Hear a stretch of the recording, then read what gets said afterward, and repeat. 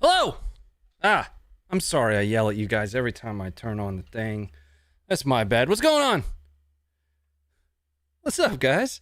Oh, I don't have any music playing either. You guys been just sitting here quietly? Oh, I'm sorry. What's up, folks? Let's get some music playing. Happy Friday. We will have no mom tonight. Mom is attending a funeral, actually. Let me log into Stream Elements here. Orion-eyed, what's up, man?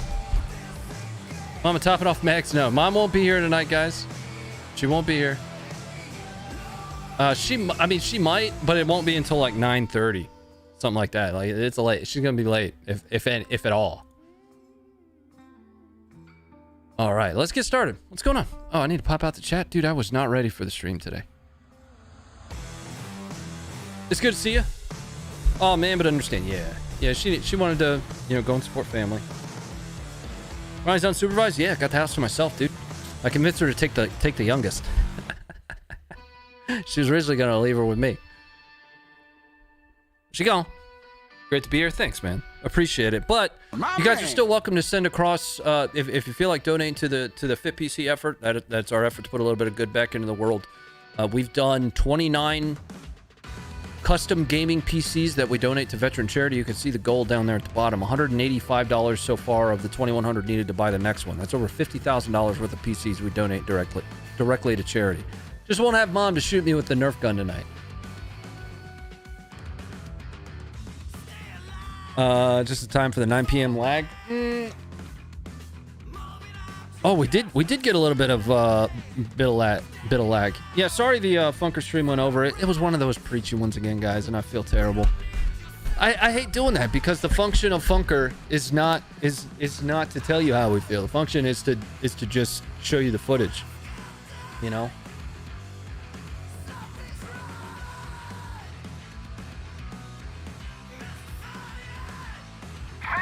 Radley, thanks for the 50.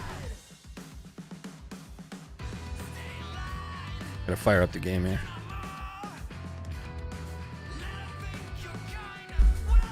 What were you gonna say about corruption? Corruption's the ladder, right? I've beaten on that horse quite a bit. Any country in the world lies somewhere on that corruption ladder. Ukraine has corruption. The United States has corruption. Russia has corruption. But ultimately, Eric, for 100 to the PC. Let me finish that train of thought because I'm too stupid to remember. I've already lost part of it. Anyway, any country that you look at is going to fall on that corruption scale. And we talked about this a little bit last night, right? To say Ukraine's corrupt, I have a belly button, right? Every country is corrupt. Now, where corruption falls on your personal scale of corruption, because corruption itself is a perception. What is corrupt to me might not necessarily be corrupt to you. To say where Ukraine falls on that scale is entirely subjective. The same thing applies to the United States. Some people believe the United States is the most corrupt country in the world. I personally don't. I'm not saying that it's not corrupt, though. People live in absolutes, right? Only the Sith deal in absolutes. Anyway, people live in absolutes. Is or isn't, are or aren't. Support this, you must also support that. That's not how life works for me, right? I personally don't even consider myself a Ukraine supporter. We talked about that last week, or actually Wednesday night. We talked about that.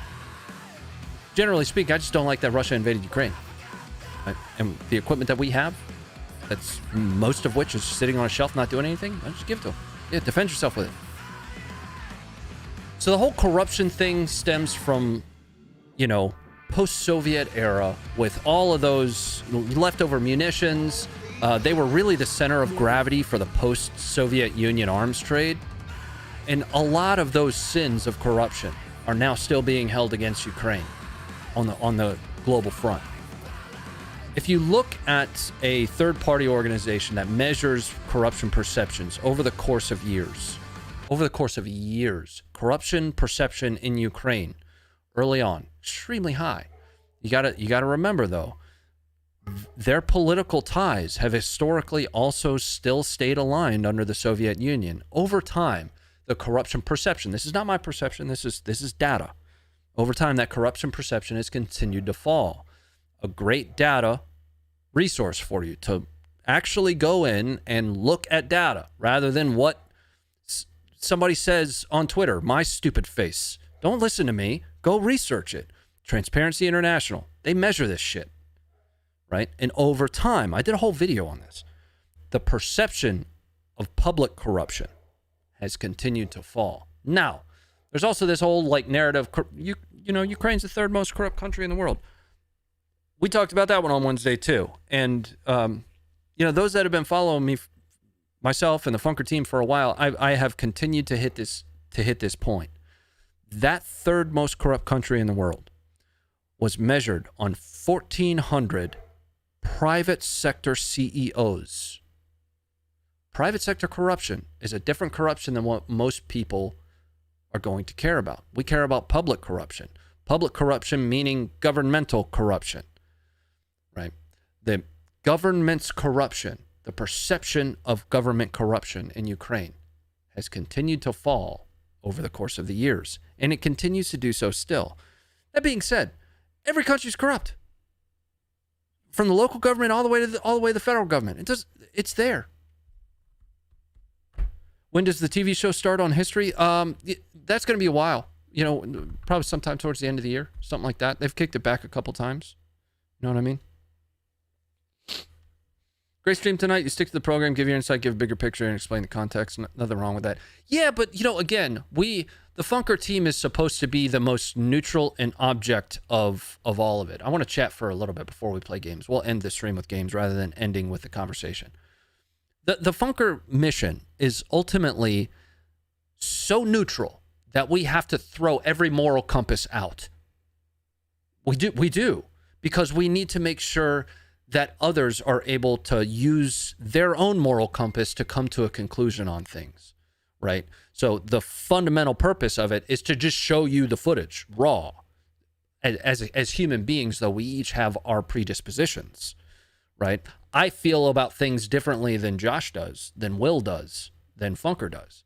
So sometimes in the process of me presenting that, I tend to either get a little bit too neutral, which is a thing.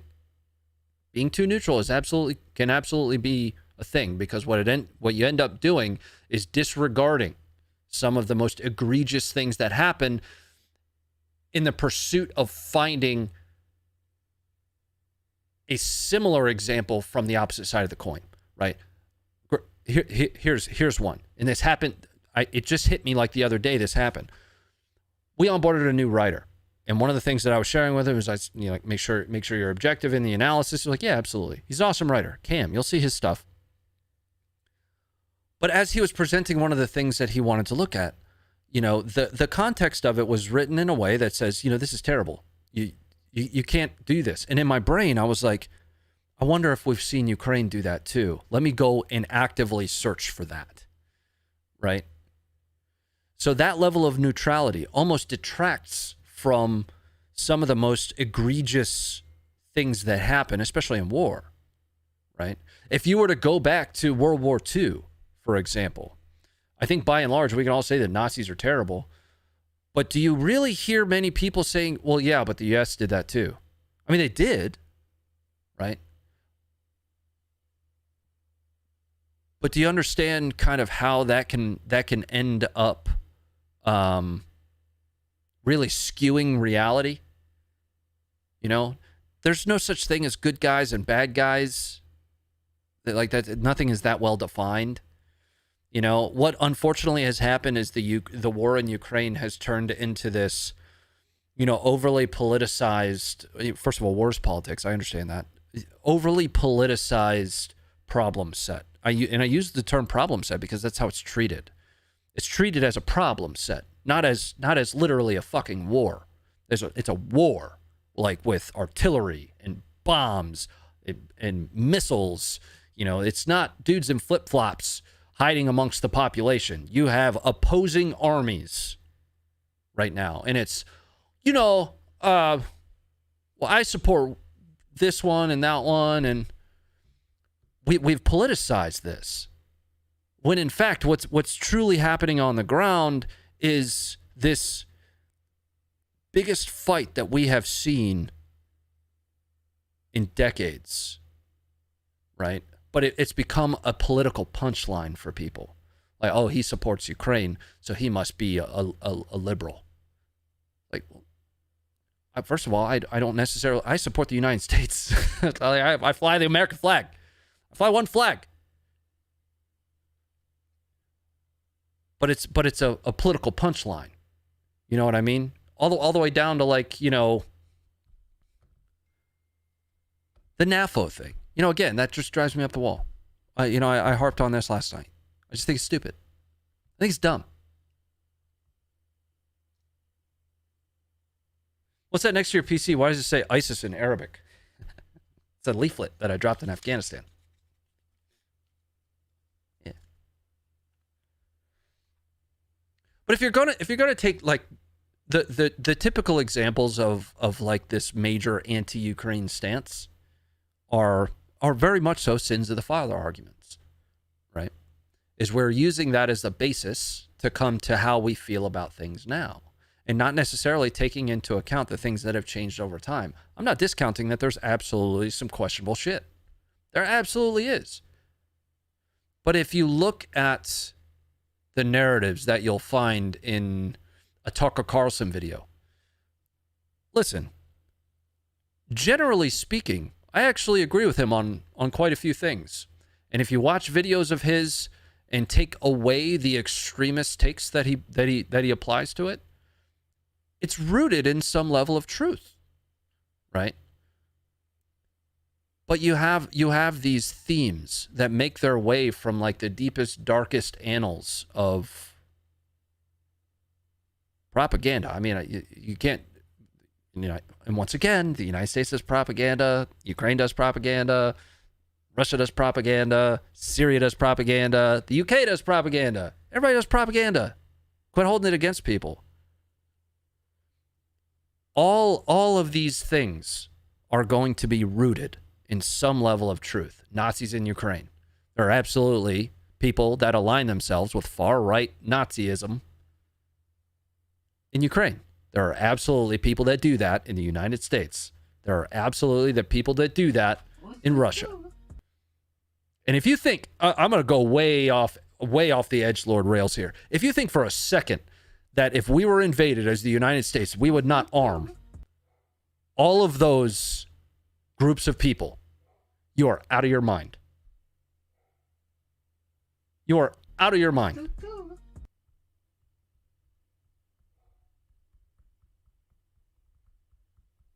Because we absolutely would. And we would need to. Granted, the United States is in a little bit different of a situation militarily than Ukraine, but, you know. Draco, thanks for the $20. Yo. Edwin, thank you for the $267 from Holland. Eric, thank you again for the $100 to the PC, dude.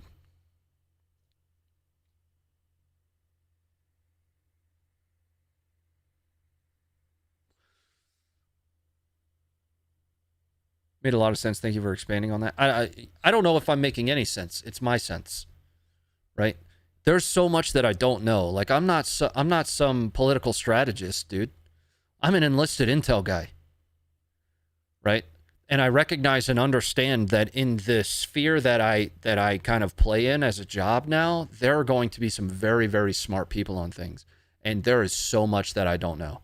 I don't know a lot. Like, I am ignorant to a lot of the complexities of these problems. The complexity of nationality in Ukraine is beyond anything that I can understand at the moment. Right? I mean, outside of just Ukraine being Ukraine since the fall of the Soviet Union, the ethnicities, and you know, that's beyond me.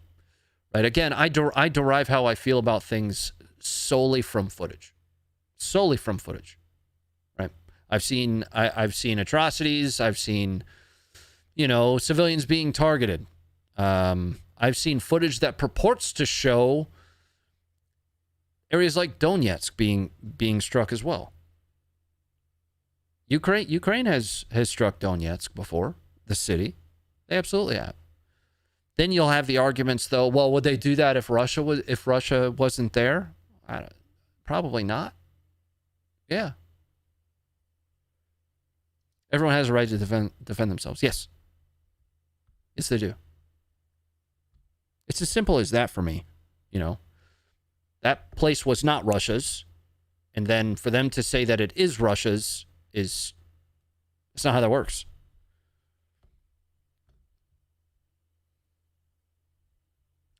Unrelated, maybe but why older U.S. Aussie special ops vids? Let me show you. Let me show you why that is. It is something that I've talked about quite a bit that I'm still working through. So we have a database that we're currently trying to move all of our stuff through. Let me see which one of these works. Yeah. So this is full of 1,869 videos. This folder. Some of our older content is still sitting on that old database, which has been taken offline. So that old database that got pulled down, those videos aren't going to be playable. This used to be 2,100 videos, so I am chipping away at getting them moved into the new database. Please tell me you have it backed up. Absolutely. Absolutely. That's why I said my personal FBI monitoring agent feels real weird about some of the videos that I have on my hard drive.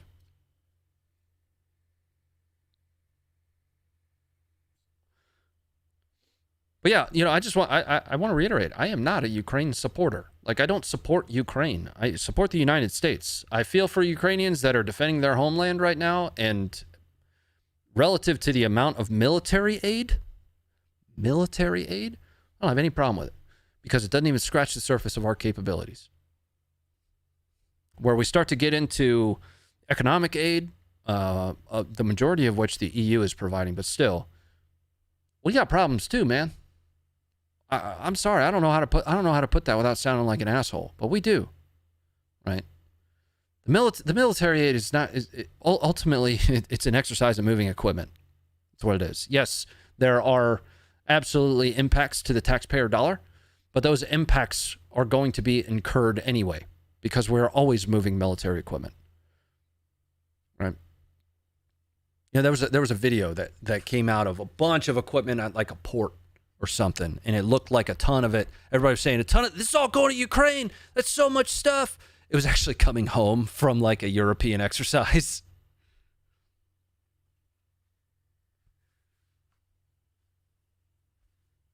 Does your FBI ring you up asking if you want to buy insurance?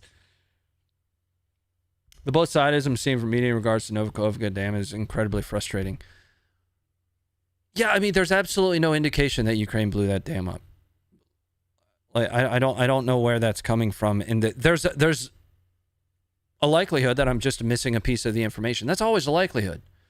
One of the biggest problems that I have in this whole situation is that people will come to this overly confident single opinion on things without ever leaving a foot in the opposite argument. Right? I have changed positions on more situations than I could ever choose to count. As more information becomes available, you just learn more about it. You don't justify your position by performing searches to just give you confirmation bias. If I frame a question the right way, of course I'm going to find a source that confirms it. Right? I mean, the pro-Russia trolls do it all the time, but so does NAFO, man. They do. It is what it is. It's not true objectivity, but that there is too much neutrality because it detracts from the actual bad things that are happening on the ground. The bridge wasn't blown though. Well, Para, if you subscribe to it, there is a report that came out within the last 24 hours that let's go all the way back to the beginning of the week. The United States intelligence community said that they were going to declassify some information.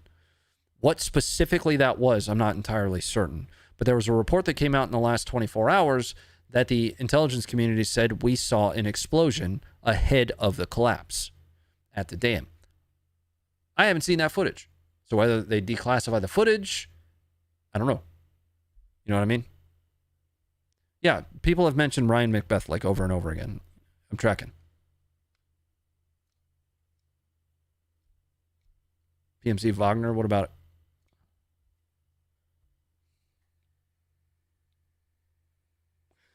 Yeah, Battle. I'm tracking with the Gun Control Act in '68. That was a misspeak on my part, saying that they took away mailing firearms in '94. Yeah, '94 was the background checks.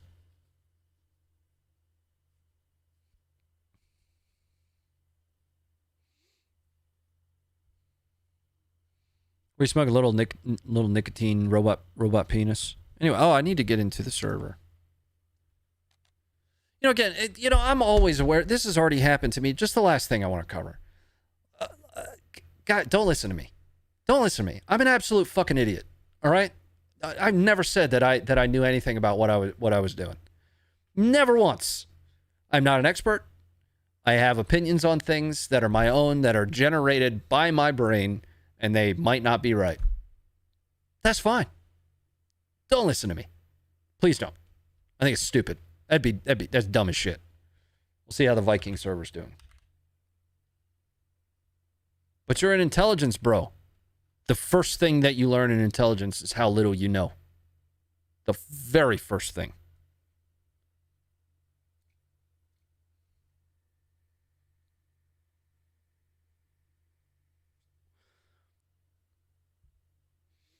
Scott Ritter gives an argument for Russia Dan, but I don't know much about him. He's a pedophile.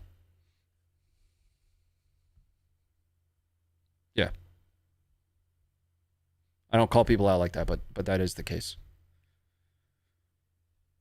You know, whether or not that gives him Viking server is up. That's what we're jumping into. His military career is marred with some pretty terrible performance reviews, if I'm not mistaken. Don't take that one as gospel. Take that as with a grain of salt. But the whole like pedophile thing's real. Ronnie, I appreciate you as an entertainer, not an informer. Love it. I'm into it. I'm into it, man. Right? Hopefully over time, as I improve my position on things, I can inform bits and pieces as well. Right?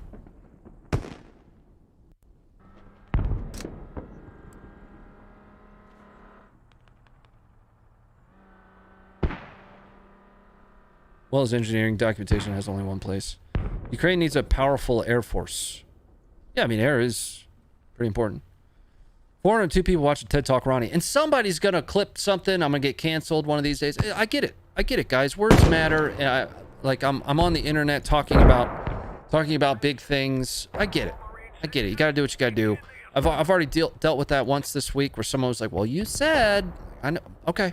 Yeah, fair enough. Yeah, you're right. I did. Join the squad, bro.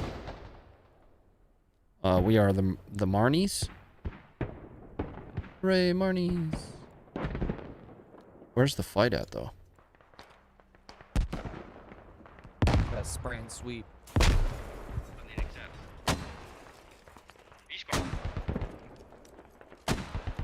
What just blew this up?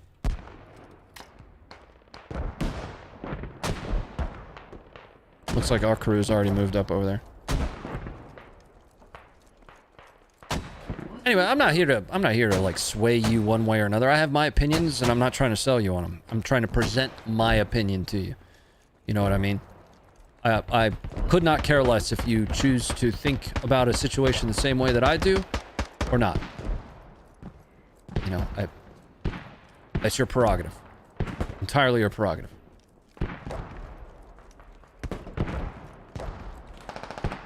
Oh, thanks, Chris.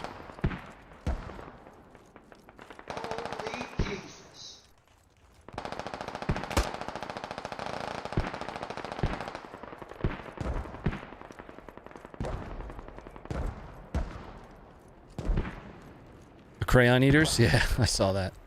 Peter, thanks for the 20 bucks. We've already made a whole bunch of progress towards the next PC tonight. I want to say we started at 180, right? Is that a bad guy? No.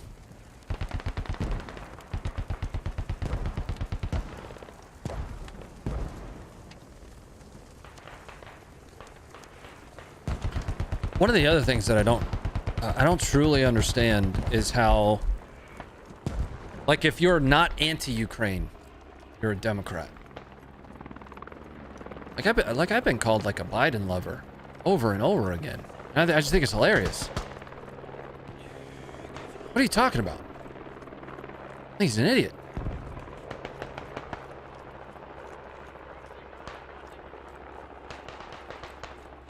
Yeah, Charles, I mean, I think I do look at things as objectively as can be, right? And I mean, ultimately, the United States ruined me in that respect because I've done propaganda. I've done it. And I know that everybody does it. I'm 100% certain of that. So now I can't approach a single video without looking at it and wondering if I'm being sold something. Yo, let me rate this shit right quick, dog. I'm special already. Special. Where are we getting banged at from? Thank you. Special ed. Special ed right here. Hey, let me get some. Let me get some. It's only one Yo, we right gotta here. come Let's go, boys. Oh, they're on the outside of the wall. That guy just got absolutely clapped right there. Watch out for the. Who needs a the man? Thanks, Doc. I'm gonna go over there. I'm gonna see if we can pick a up close fight. Sorry about TK, sorry.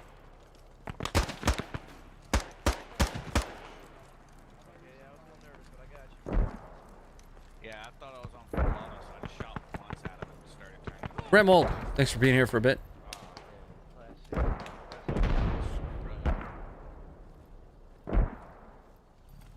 Asshole's still over the wall here.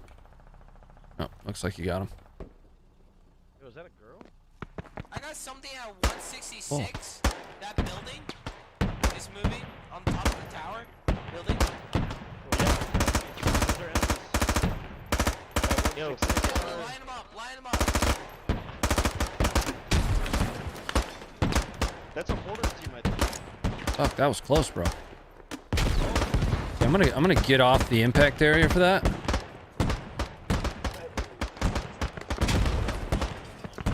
Just because you're being sold something doesn't necessarily mean that it's wrong, though. Please have babies with me. Oh my God, I love you so much. Oh, that's actually something that that's another one of those peeves. You know, is here's the way I look at that: is being contrarian to the official narrative solely because it's the official narrative, or being contrarian to something because a certain person said it solely because that certain person, organization, team, whatever said it. Right? That's ignorant. That's ignorant.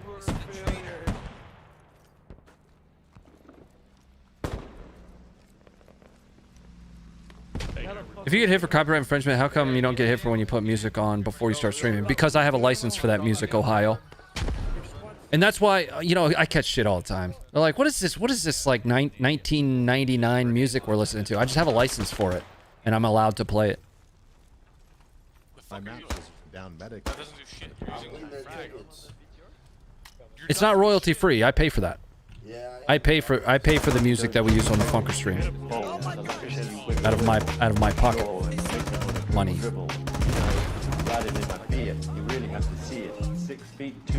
Redbeard, thanks for the $100, dude. Thanks as Hell always, yeah. Ron, for making a place for fellow weirdos to hang out.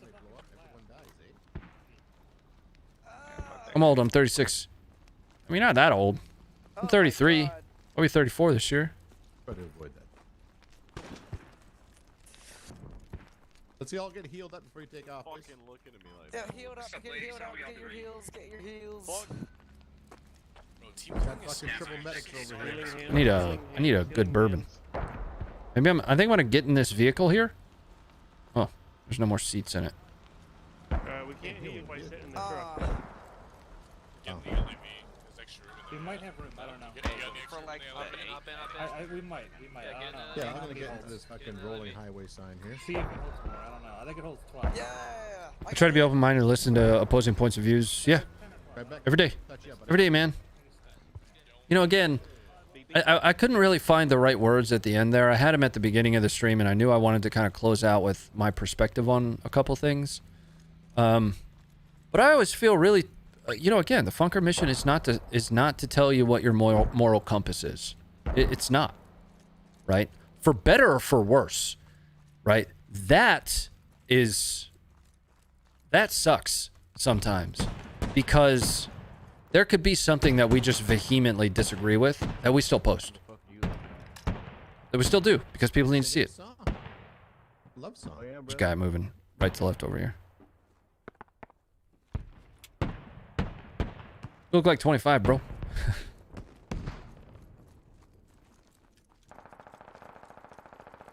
Contrarianism seems to be the official position for some of the American right. So, I have this theory that social media is responsible for the division of America. Because what you're seeing on social media, here, a Funker stream, Twitter, what you're seeing is people most enveloped in everything. Holy fuck, bro. Hit by a dump truck for $200, man. No, you shithead. You just hotboxed my field of fire. Jeez, dude.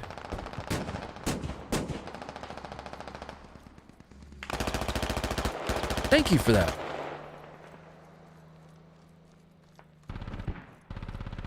What was I saying? Man, that caught me off guard. I have this theory that social media essentially perpetuates the extremes. And what that ends up doing is further dividing the country. Right? To use the word perpetuate, it perpetuates that this or that 1 or 0 kind of perspective. You know what I mean? If you don't like guns, you're a Democrat. If you support Ukraine, or at least if you're not pro-Russia, you're a Democrat. If you like Trump, you're a Nazi. Right? Like, but the way that happens, and this is another one of those things that we covered, you know, pretty in depth. Oh, I'm gonna wreck that guy. Oh. That we covered pretty in depth is social media is designed using algorithms, right? So what do you think are the things that go viral? The things that go viral are the things on the extremities. You're not going to find just normal everyday life that goes viral unless it's a cat or, you know, something like that. Something cute, fuzzy, right? If it's cuter than normal, if it's in the extremities of cute, it'll go viral. But think about it the same way in politics. Takes in their extremities are what goes viral in politics, right? So if the thing that's going to propagate the most is already an extremist type take of something, get rocked, dude.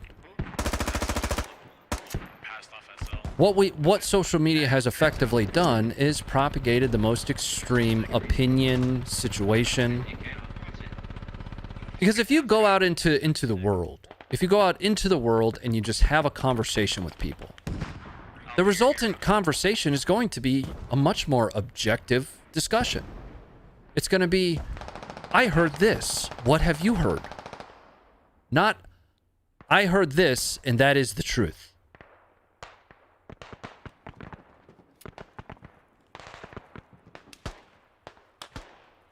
You know what I mean? Like the missus and I were talking about that. I've had some great conversations in the wild, if you will, with people that align themselves very different politically, culturally than I do. And we actually agreed on a lot. But good luck having a conversation without somebody saying the word cope in it. Like an honest conversation, like this is what I understand this situation to be. Cope. Okay. It's helpful.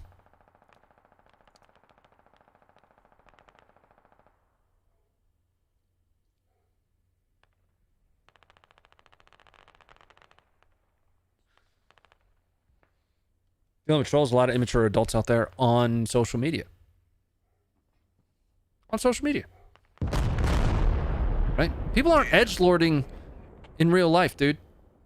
And if they are, you know, good luck with this, your success.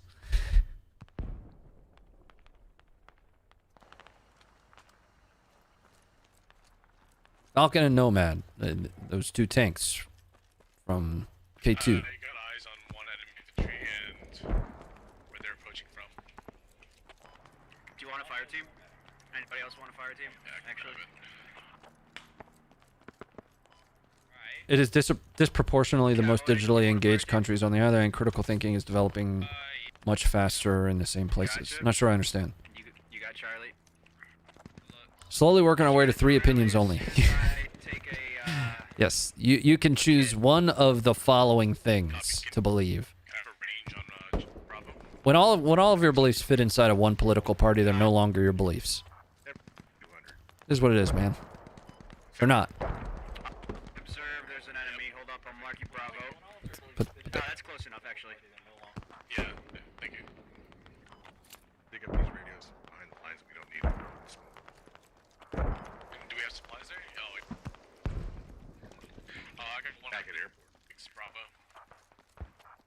TikTok is the worst form of social media. That short attention span type content, you know, 10 seconds to understand a complex situation. Yeah, sure. The death of long form content. The stream's 2 hours, right? Well, it almost went for 2 hours tonight. The stream's 2 hours. How many people do you think were here from 6 o'clock to 8 o'clock to 7:45, whenever we ended it? Facebook and Twitter started? Sure. Yeah, I get it.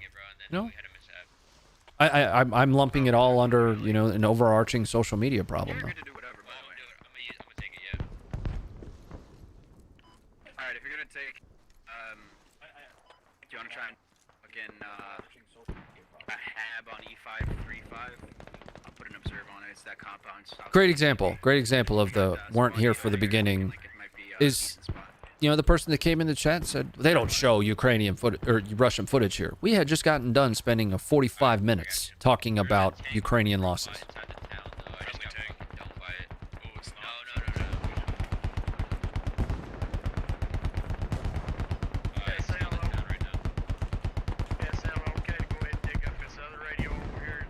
That bad guy right there? No.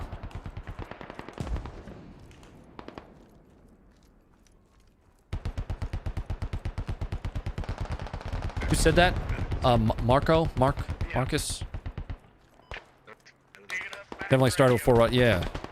We have always shown Russian footage. What happened over time? This is how that theme developed, and it's presented itself across every social media platform. Early in the war, Russia was not producing footage. They were actually confiscating phones from their soldiers. They just weren't producing footage. Ukraine was. They were winning information dominance. Right? Or they were establishing information dominance, is a better way to put that. We were actively hunting for it. And we were posting it. And it was garbage.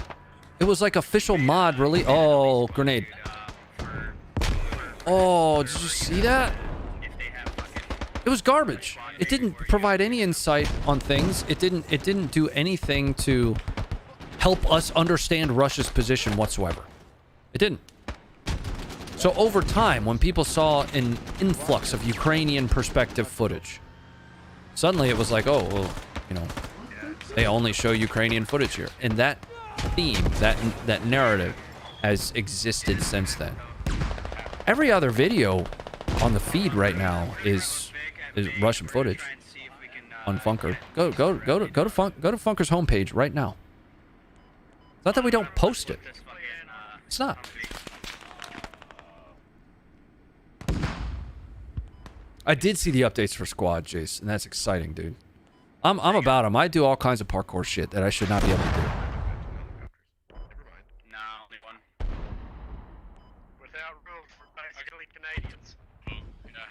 Now I know there are a lot of folks that, you know, have historically just understood us to be like pro-Ukrainian. We've actually never felt that way. In fact, when we raised money, right?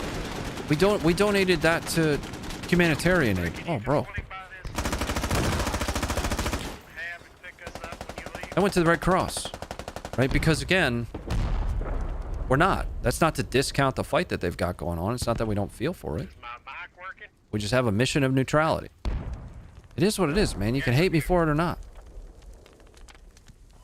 Okay, will you pick me and Johnny up over here on this hab? Gotcha. Thank you.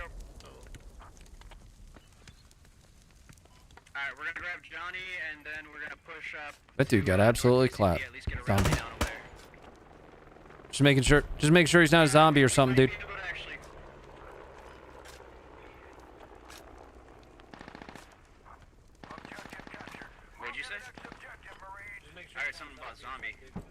Oh, I had to put a double tap into a dead guy just in case. Oh yeah. I'm hungry.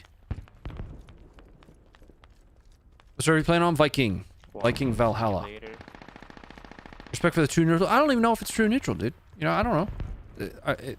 There's an active attempt to be. But again, when you force that neutrality, you end up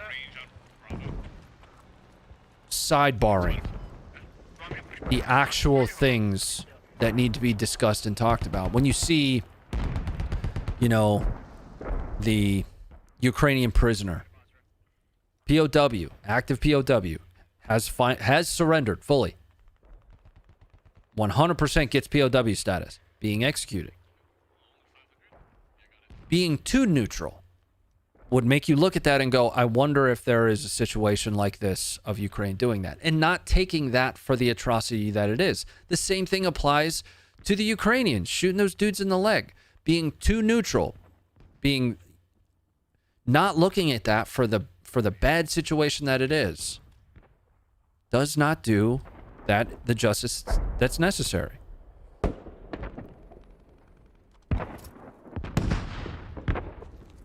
In your opinion, were those Bradleys and Leopard 2s recoverable? Supposedly one of the Leopards, at least, was recovered. That video is difficult to tell, though, because you can't geolocate it.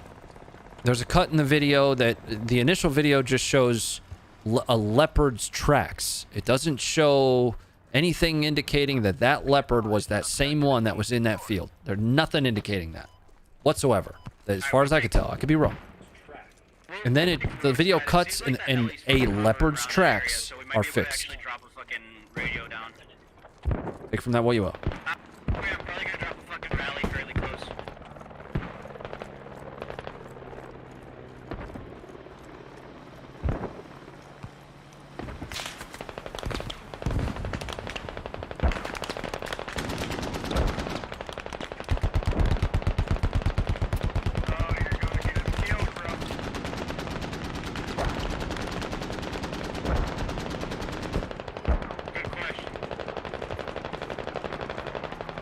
I need to put some fire on that.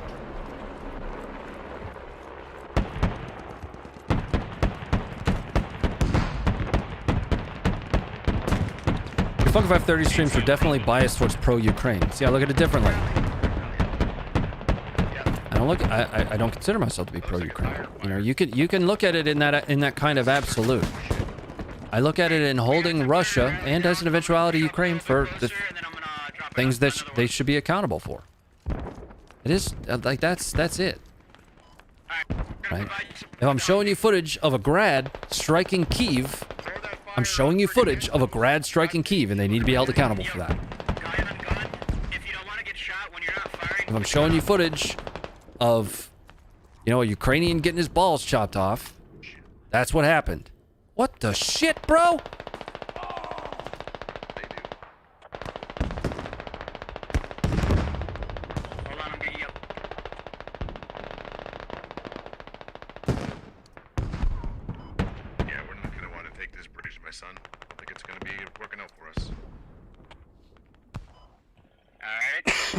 What was that? I don't know. Let's see if we can.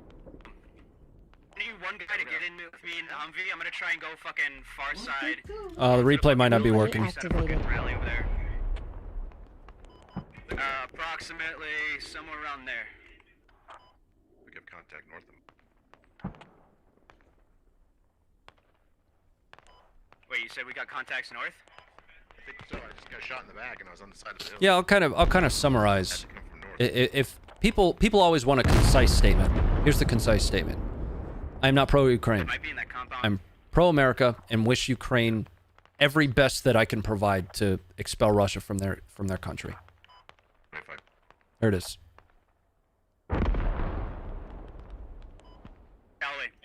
This is what happens when you try to cosplay as a UFO man. So hop in the tank.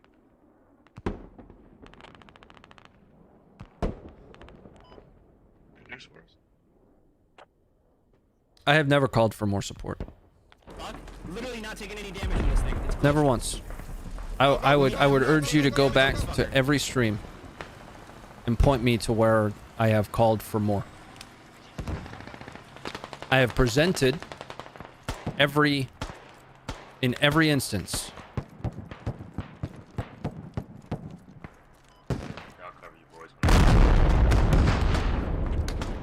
They weren't leaning pro-Ukraine. They just weren't pro-Russia. You know, again, and even if they did lean pro-Ukraine, that's okay.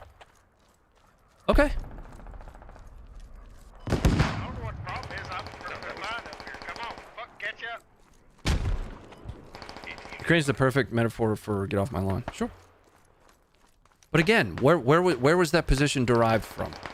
Was it derived from, you know, some media website or some politician telling me how to think?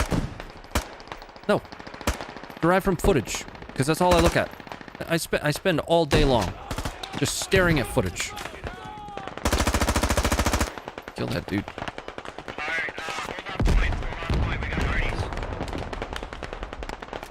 Yeah. Yes. Willapanoos. Yes. Absolutely. Why would I not? Alright, they're gonna keep firing the RD, and then I'm gonna try and get them to fire smoke, and then we're gonna, yep, they're about to start pushing smoke, and we're gonna push on that. But that's what's so weird for me is the like whataboutism with the United States, like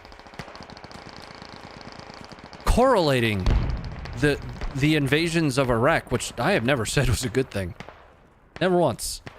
Never once. But once again, if I make a statement that is in some way pro-Ukraine, or if you look at it in a different light, not pro-Russia, I get, well, what about Iraq? Well, first of all, nobody said that Iraq was a good thing.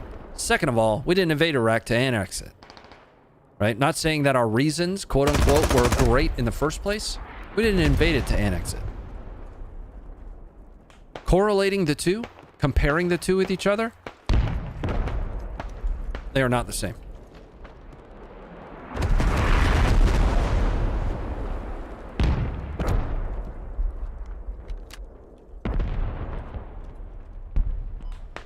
This guy's got mowed down.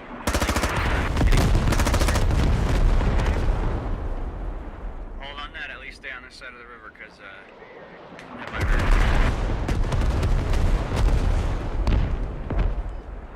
Yeah, we should start pushing in a second, right now. Yeah, I don't consider... I really do... When I'm presenting a perspective on something, it's quite honestly mine. You know, it could be wrong. Absolutely. 100%. Could very much so be wrong. It could be misguided. It could very well be misguided. Also, don't listen to me, listen to the Artie. If you hear Artie falling, do not push him. No matter what I say. But it's mine. And I can at least say that I came to it on my own. Alright, we should be good. I don't think they're, Yo, Keep an eye on those lower windows. up over, hold down, and then, I'll cover you guys while you push. There's windows. Ronnie, what graphics card are you running? I've got a 3090, brother. They're in those, I seen them.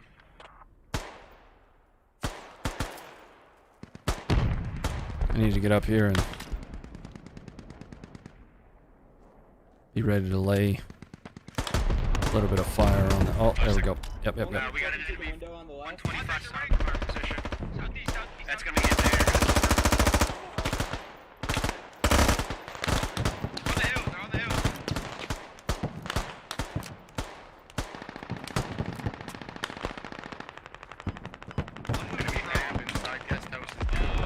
The guy inside, I think. Running 150. I'm taking rounds and I don't know from where. what's the proxy at? The bridge. They rebuilt. Proxy. It's Two. radio, Johnny Canuck.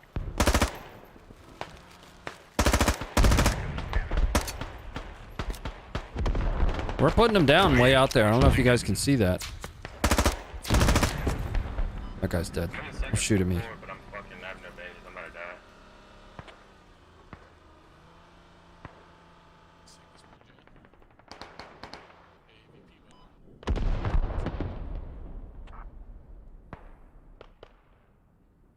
Yo, proxy the fuck out of the house. They're all laying down under those windows. There's 3 in that room. You throw one nade, you'll get free. You just toss it into the windows. Those windows.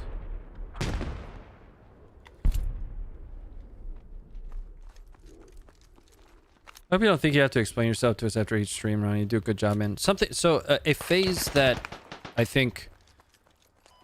150 still. 145. They're still This community is... Here's a great stat for you to help you understand how often new folks come to the community. Something like... Uh-oh. We're in a bad spot. We're in a bad spot. We're in a bad spot. All right. Something like 60% of our website visitors are unique new visitors. They are not returning visitors. Think about that. And then think about how many folks make their way to the stream for the first time. Right? These are complex topics, and from a certain perspective, people kind of want to know where you stand on it. You know what I mean? So there's going to be times that I have to repeat myself about things, and I appreciate the patience when I do. This channel is always getting new folks coming to watch, especially when I link it to the Funker stream. Right? They might not have been here before. They might not know about the charity work that we try to do. They might not know that I've got a fucking rocket launcher tube sitting on my wall.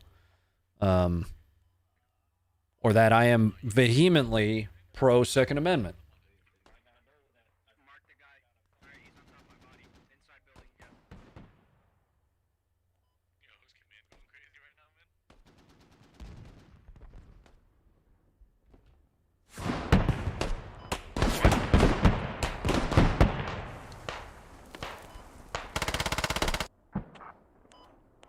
I was legitimately trying to teabag my corpse. He's on top of my body.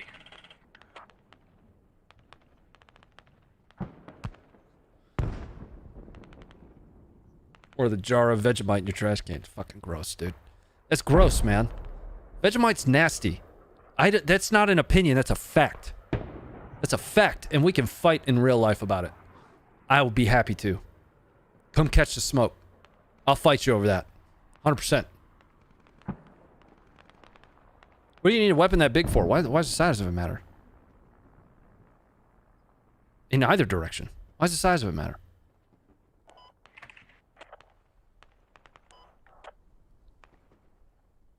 I will. Hell yeah, let's do it.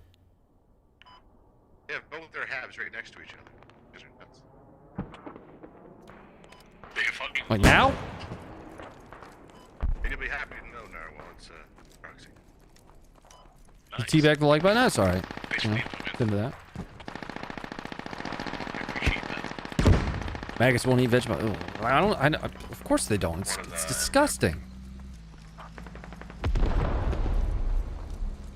Is the duck's guts? What the fuck does that mean? What does that mean?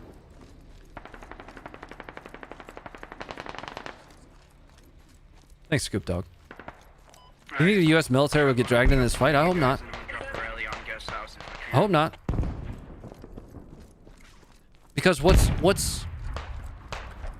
needs to be talked about more is not necessarily the devastation of nuclear war, but the devastation of the current capabilities of conventional war. Before the nuke gets talked about all the time. Hiroshima, Nagasaki.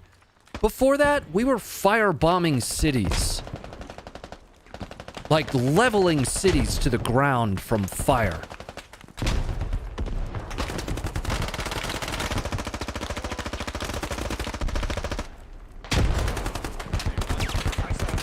Dad's coming in. Hey. Come and get you some.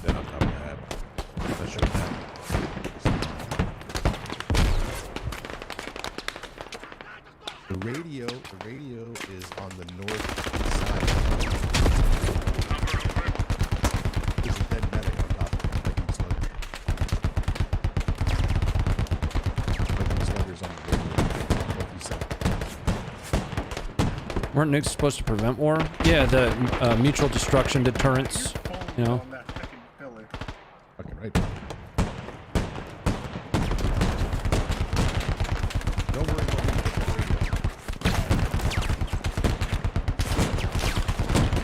Oh, that's not good. Hey, Bradley! What the fuck is this Bradley doing?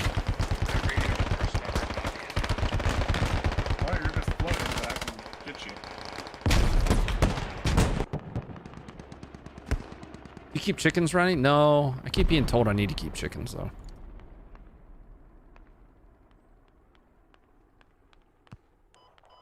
Did not know it was that high. Yeah, so I mean, and that's a website metric, but that we've actually found that the folks that go to the website eventually will make their way to the YouTube and eventually will make their way, well, of course here, because again, I connect those two streams together. But there's absolutely going to be times that I reiterate something or repeat myself, and you know, thanks for your patience as we do, because there's going to be, for our generation, this is the first and biggest war.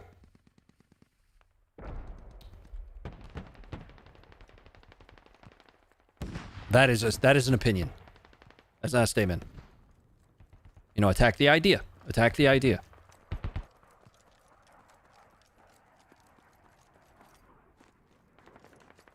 So there are going to be questions. There's going to be things. There are going to be repeat questions for new folks that we've talked about before, that I've covered before, that, you know, that I've at least provided my opinion on.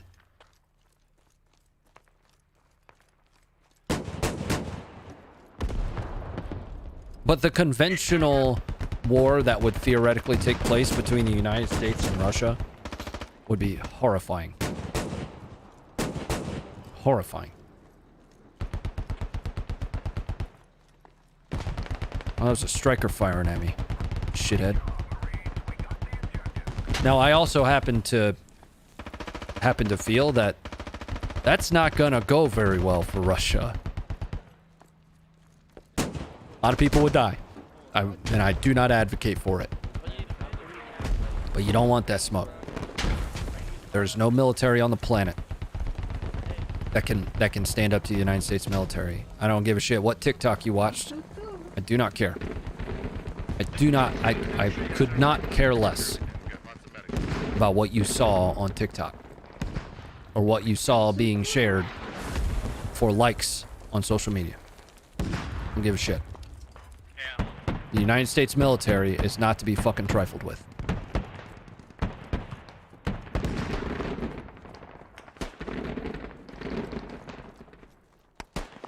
Bro, hey.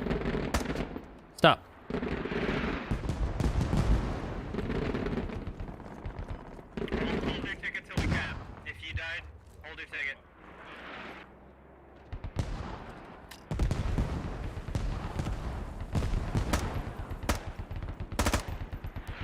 Replay activated. Care less.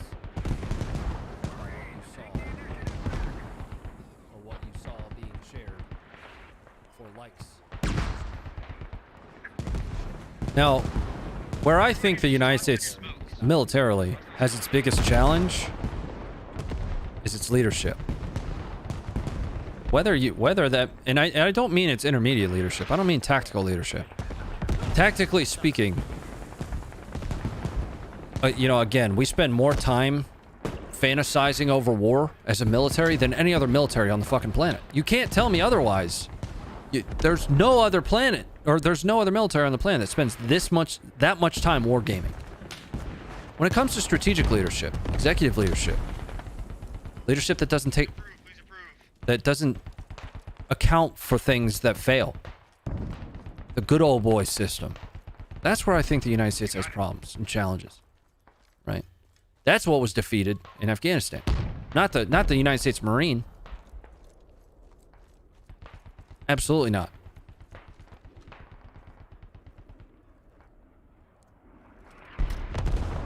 Alright, it's time for El Chapo's compound, boys.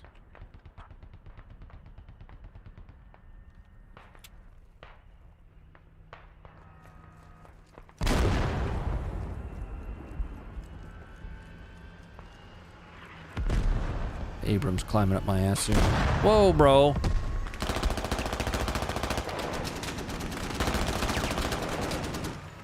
Marines always talk about war fight. Yeah, no, man. You know, I have this really weeby, super, I don't know if it's based or not. I don't give a shit. It's another one that I think is stupid. But I have this way that I think about, especially like the Second Amendment argument, right? And that is that we are absolutely, this is a super weeby way to put this, but it is what it is. We are absolutely, as Americans, we have this warrior culture, right? Now you can, you know, poke your jokes at Punisher skull culture, whatever. But if you truly think about it, our entire existence was founded with a rifle. Like, we pointed a rifle at the biggest empire the world had ever seen, and we told them to knock it off until they didn't. They chose not to for a really long time, and then finally they did.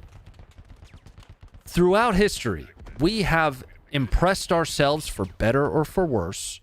Again, I'm not saying it's good. Again, this is that whole like, oh, you're fucking relax for a second.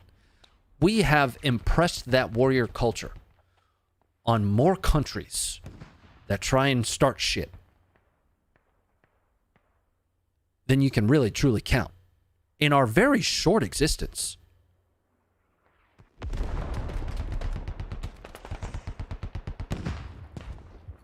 There is not a country on the planet that can match that.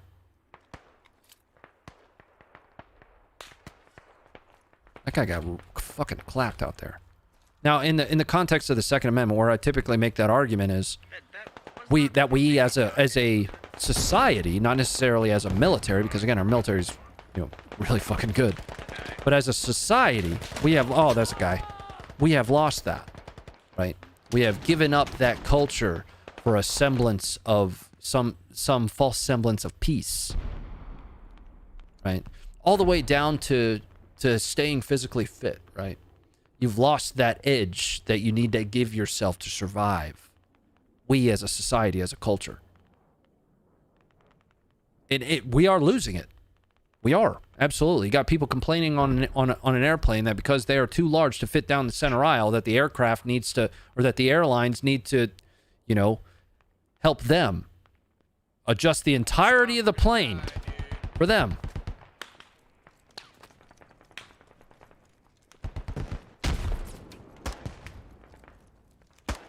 I need ammo. I'm looking for ammo here. There's no ammo here.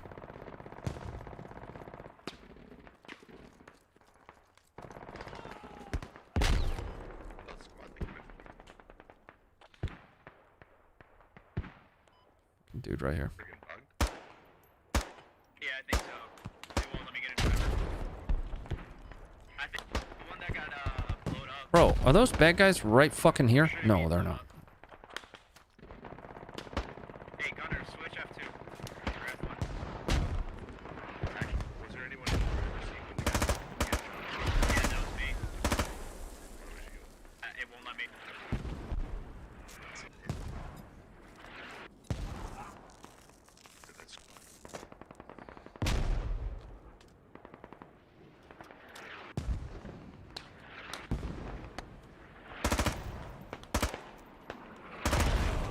Ow! Stop! I'm hurt. I gotta die. Are you a healer? No. Oh. You're bleeding, man. I don't got a bandage for you, bro. I got my last. Putting me out of it. There's my last bandage on you, man. Oh, we both died anyway. Hell yeah, Retley, go get you some. Hit by a dump truck. Thanks again for the 200. Oh, you guys are awesome. So we've got I've got a report in the morning, but I don't have to report till 09 because we're doing night operations until midnight.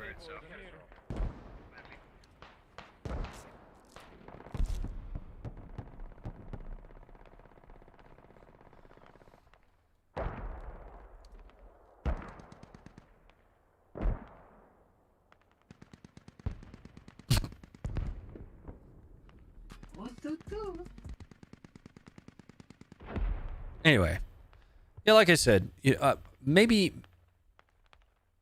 I'm just gonna get canceled one day because I just not really afraid to share my opinion, and under a lot of circumstances, you know, it's an opinion that might be misguided, right? It's not necessarily the most politically correct opinion, you know.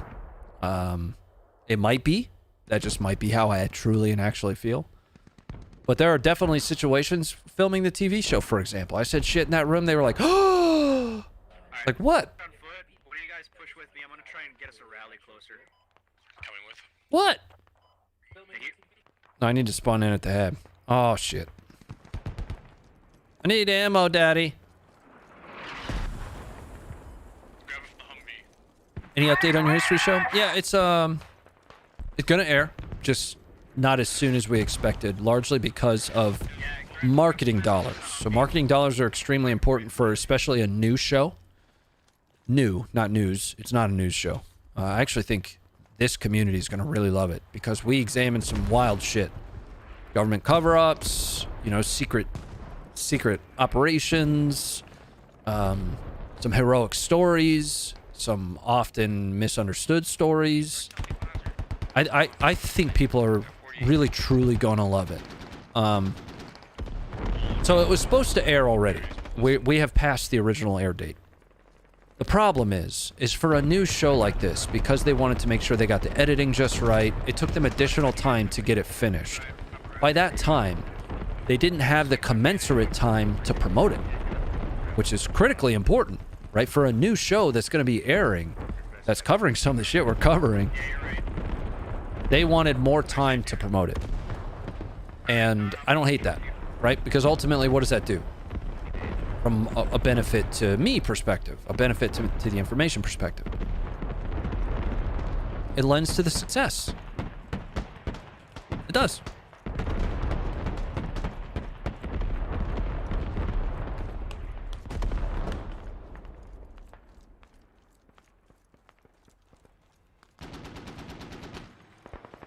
Bro, ammo, dude, I know. I am running out of ammo, boys.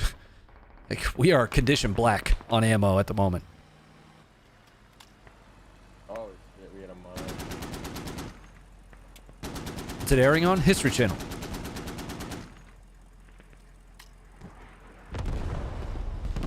And I'm allowed to tell you guys that I have a show. I am not allowed to give you the too many details. Alright, new rally's down. How's the Fit PC giveaways going? Good, man. We're at what $52,000 worth of PCs. We're at $425 out of the next 2,100 that we need for the next one. That'll put us at close to $55,000 worth of PCs. That's gangster, man.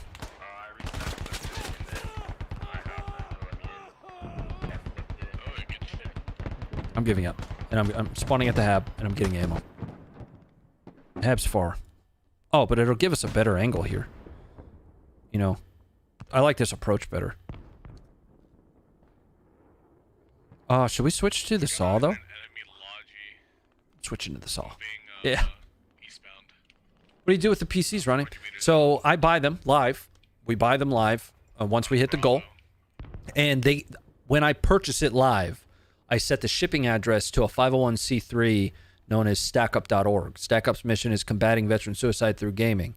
They take that PC, they add, you know, monitors, games, peripherals, sometimes a desk. They've done a desk before, which is dope. They add everything that a veteran, and they do this only for U.S. and Allied Nation veterans, would need to pick up and play some games to kick back and have a good time. So that's kind of the process for it. Now, once upon a moon, I built the first 3 myself. The problem with that is there's no infrastructure or support behind it, right? There's no help desk. I'm not a help desk. I'm too stupid to be a help desk. We still got a bit of a ways to go to drug lord compound, so let's not try and focus too much on this area. Man, this would be a great attack fob. Oh yeah. So an overwhelming amount of, you know, the money that I would otherwise make here goes towards that effort. The stuff that does come back to the stream, back to me, you know, as a part of, you know, my job, if you want to call it that. Super chats come to me, and memberships come to me. Get ready to charge. Smoke and charge. Pressing.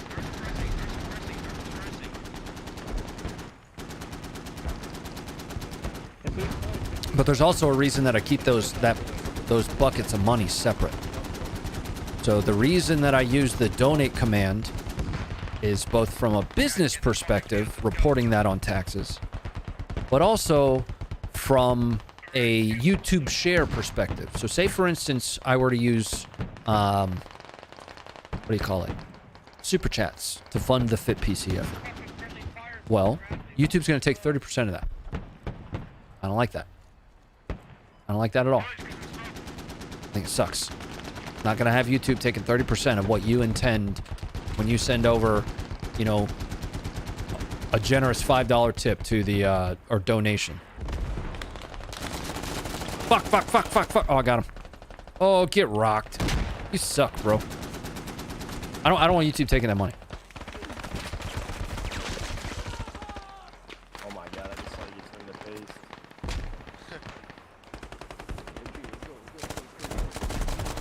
Oh no. Oh my god. Okay, perfect. Replay activated.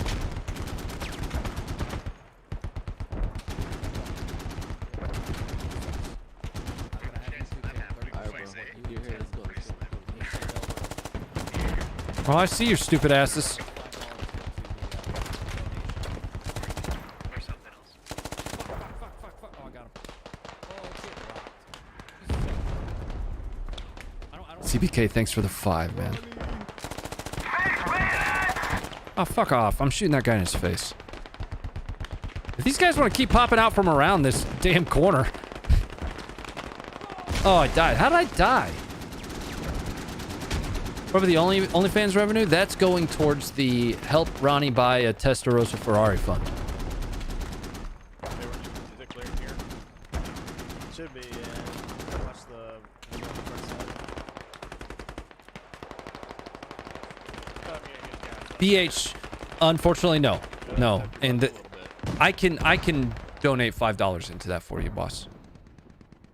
The 5 that came across. There was an earlier one, wasn't there? No, that's the one I'm thinking of. I'll put $5 in the account. It's easy, bro. I'm gonna go get a bourbon if that's alright with you guys. What is it, 9 o'clock? Do you guys want bubble buddies, or do you want well, let me get loaded up into my squad here first before I go down there. Do you guys want bubbles, or do you want me pushing my daughter off a swing full blast?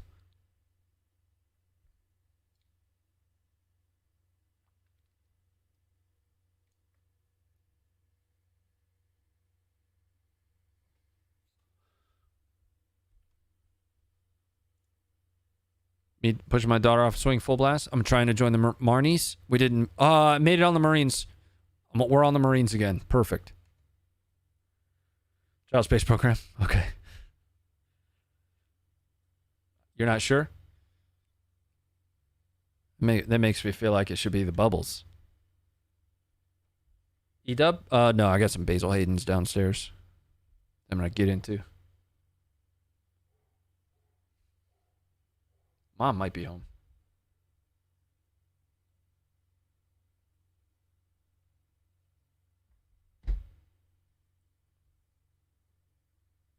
There's no... I'm trying to get into the squad so that I can get a good gun. If that makes sense. No, mommy. Oh, we need more people to join the squad so I can get the gun I want. Come on. Oh, there it is. All right. Nailed it. I should get in the boat too. Sick, are we taking a rib, or are we taking one of the amphibious vehicles? I'm getting in a rib. It's gonna be gangster. I just don't want to get left at the start point. Oh.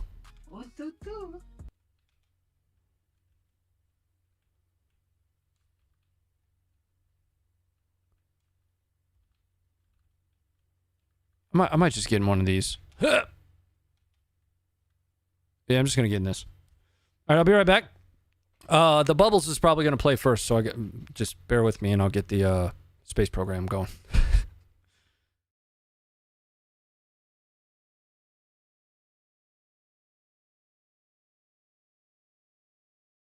Hey, outlaw 6, outlaw 2. Dad, push me harder. Outlaw 6, outlaw 2.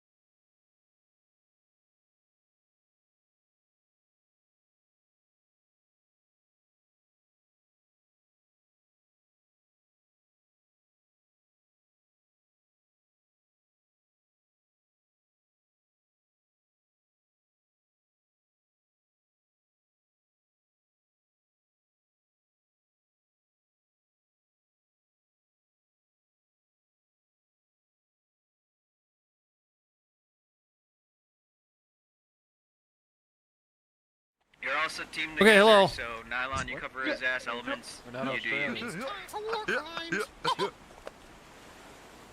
Oh. Oh, that's good. Whatever. Not even bourbon, is it? Yeah, it is. Can't wait for Brandon Reyes AK-50. I'm barely following the AK-50 thing. Barely following it. You guys peel the cheese or just bite into the stick? Sometimes I will just bite the stick. You know, it depends on if I want the world to burn that day. Then what kind, G? It's Basil Hayden's. Yeah.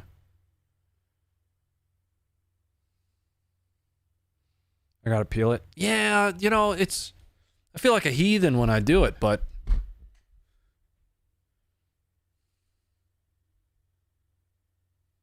By the way, you're looking much better in boxing. I feel like it. You know, sparring's going a lot better when we're sparring. You know, I'm landing. I'm landing well. I'm starting to shake the rust off from when I boxed after high school.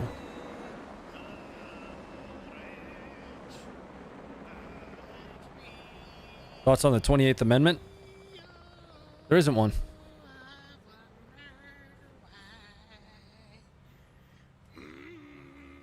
I do have thought about that. Here's the deal. Governor. Or whatever. Fucking Newsom. Whatever. So,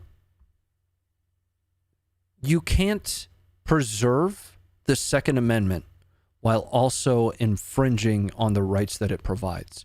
So the argument that you are doing all of these things while keeping the Second Amendment intact is literally fucking impossible. That's not how it works, right? Each of the introductions in that amendment is fundamentally an infringement.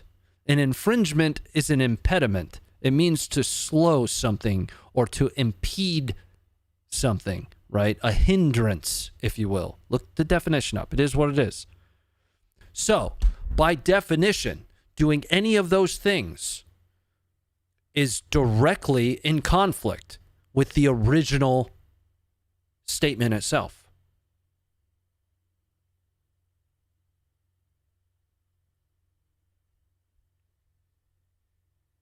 So saying that you're preserving or keeping it intact is solely doing lip service. It's propaganda. That's a talking point. It's playing on themes. It's playing on a narrative. Not taking your guns. That's exactly what you're fucking doing. Catch more hardcore history? Yeah, I'm working through... So I finished the S here. Now I'm working through... Oh, God. Can't get out yet.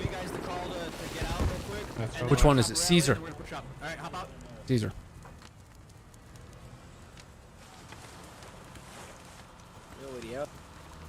Apparently this looking thing doesn't have a park. Hold up. We got another one reported to the east. Need one guy up. Alright, we got rally down. From North England. Craig, how are you, dude? Welcome in. Stay on the line. Stay on the tree line.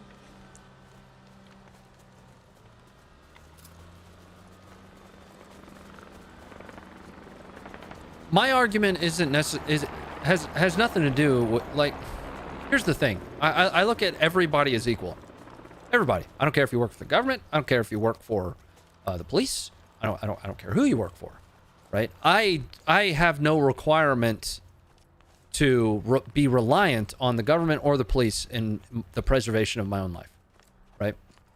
Especially given the precedent that they are probably not going to be there in time.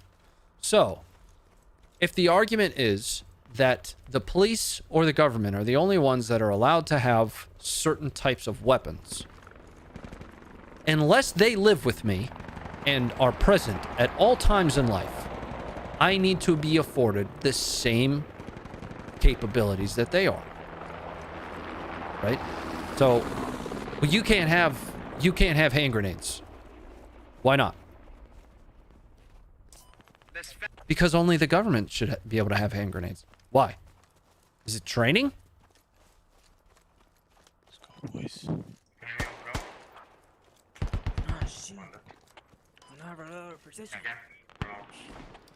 Like, what's the basis of that?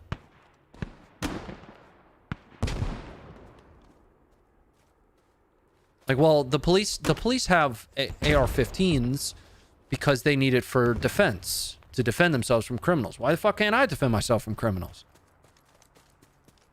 Using that. Alright, gentlemen, we're having some technical difficulties with this fat fucking thing. She does not like to reverse. If you want to push up, I can try and flip it. Like, just hop out and push up, I can try and deal with that. If anything gets me canceled, especially from TV shows, it's probably going to be that stance. It's gonna be that stance. It is what it is, man.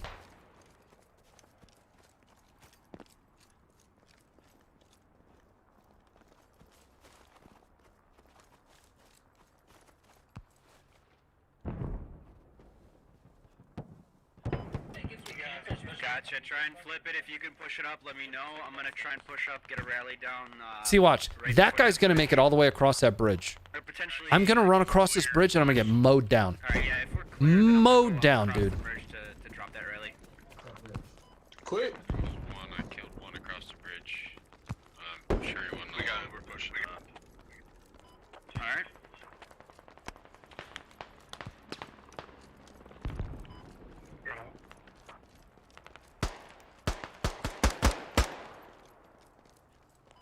Hey, Ronnie, anybody ever tell you you're a pessimist? Don't make me slap you in the dick. How do you know I wouldn't?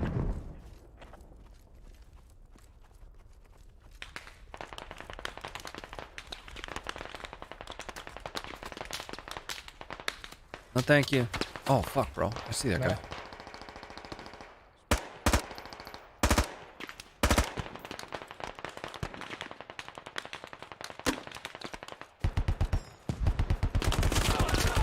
Right over the wall from you guys. Right over the wall. Or over the hill.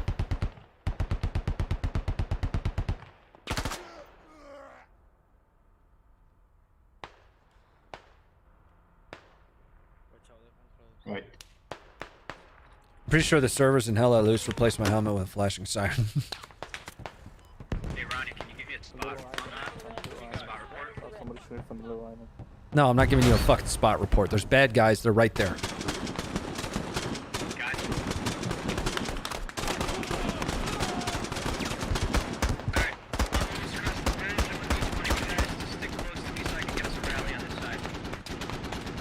Damn spot report.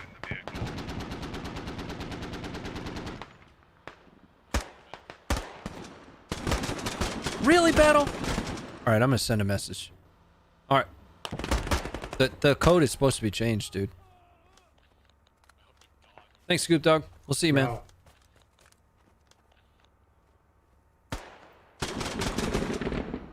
It's aggravating. Like, he sent an email back saying, yeah, it's been fixed. It's all changed.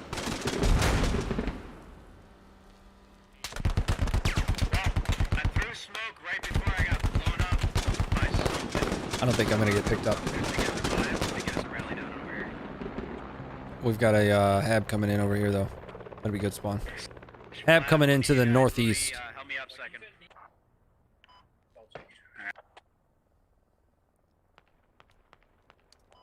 I haven't eaten much today. I just realized that. I need something to eat. I need a big ass pizza. That's what I want. Where are dudes right there? Yeah. Push up with Ronnie and whoever spawns in. Get us a rally on the other side. Fletcher, what's going on, man?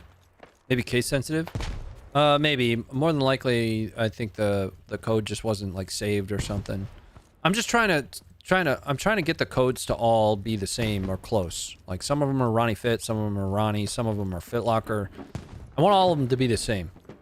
That way, like, if you go to one of my affiliate relationship partners, I'm not partners with most of these folks, but they're affiliate relationships, and you want to buy something, the code to get you some money back is the same. And you don't need to, like, hunt through a bunch of shit.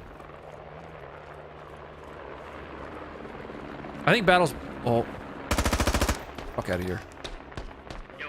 Battle's been looking at bump helmets, if I'm not mistaken.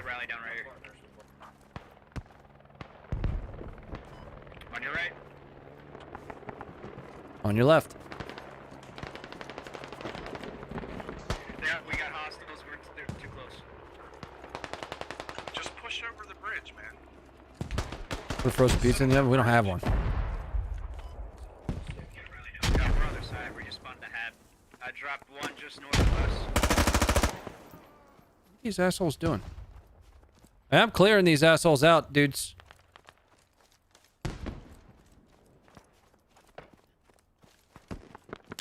Oh, there's no... didn't get all of them, though. Fucking bushwookie. Alright, where the hell did you die at? Let's see if I can drop him. Oh, Battle, you're going to be going through the same thing that I did. So my nods arrived like a week ahead of my low stow mount. So I was just walking around outside like this. Replay activated. I thought about duct taping them to it. What are these assholes doing? I'm clearing these assholes out, dudes. Alright, rally's gonna be good in 50 seconds, so you guys gotta hold on. You got a Thanksgiving sub tonight? Oh, there's no, Thanksgiving sub? What is that? Fucking bushwookie.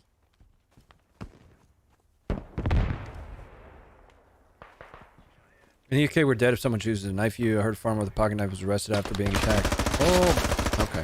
Well, I'm dead. My nods arrived.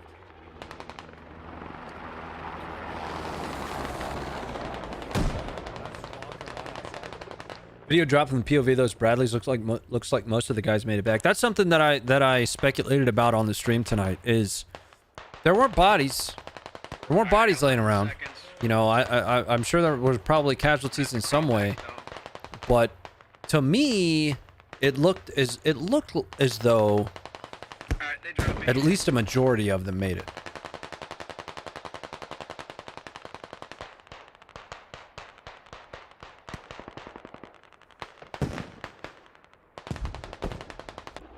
You know, that's what I took away from just that small observation. But you know, again, there could have been.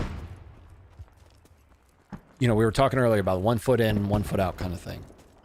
On the flip side of that, the Ukrainians could have recovered all of the bodies were there to have been any. Oh shit.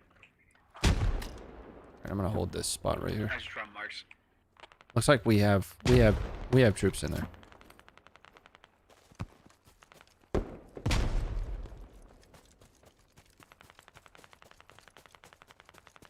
I might take a position up here. Much appreciated, brother. And I can't mount that for some reason. We have to improve that. I'm just rearming. Is that a bad guy? Is that a bad guy right fucking there?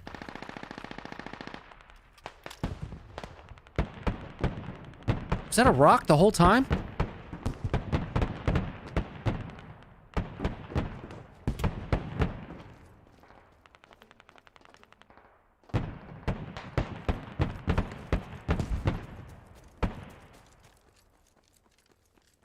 Oh, I know, Isaac.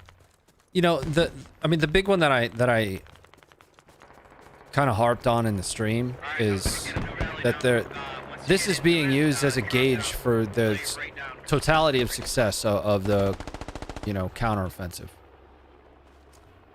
All of that footage is from one 500-meter area. That's it. Across the entirety of the Ukrainian front line. That's it. That's not to say that there's the possibility of failure. I mean, failure is always a possibility. But still, that is not indicative of the total success or failure. It's not a measure. Vlad, what the fuck are you doing? Like, the whole team's sitting right there on that bank of that river. Yeah, they were reporting that on command. Trying to get me to get you to stop, but they weren't quick enough. Oof.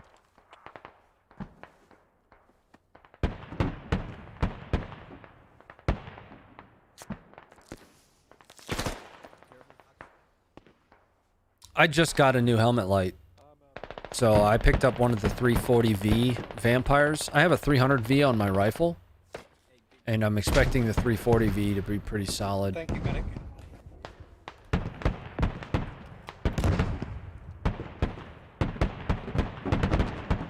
But I won't have my personal rifle this weekend, nor will I have my personal rifle when we go to the field in July.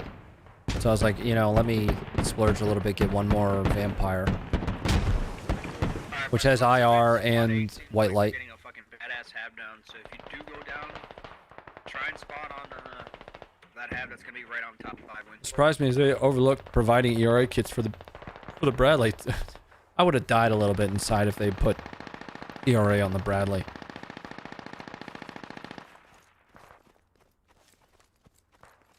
Just some contact blocks on there, you know. Oof.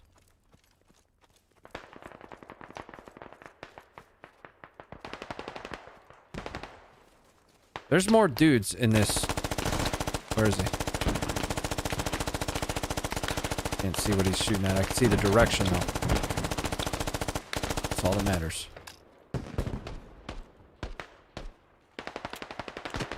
Oh fuck.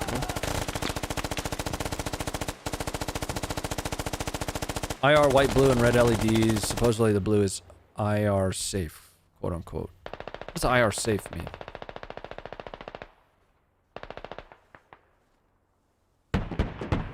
What can you hear on comms?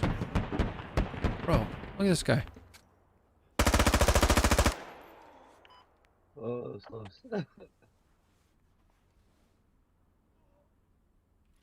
See that guy? Nice. They're all over I'm getting up. Stay down. Yeah, but what does infrared safe mean? Like, there's a little bit of night vision ignorance on my part there. I need to move further this way. Because there's guys moving right to left towards that blown out building there. Towards that construction site. Deer. Can't see them.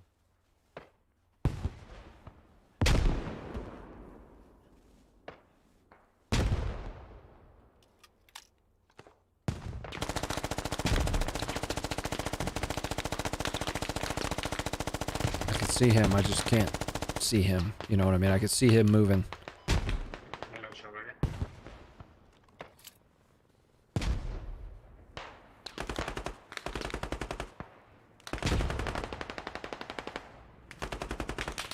Fuck, out. Oh, alright. Well. How are we looking on pickups? I was pretty far ahead. We got a hab right there in town. I'm gonna go in there.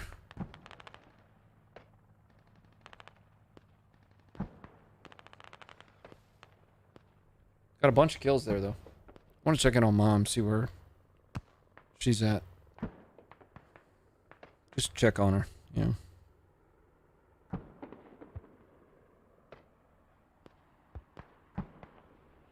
Ah, she's not far.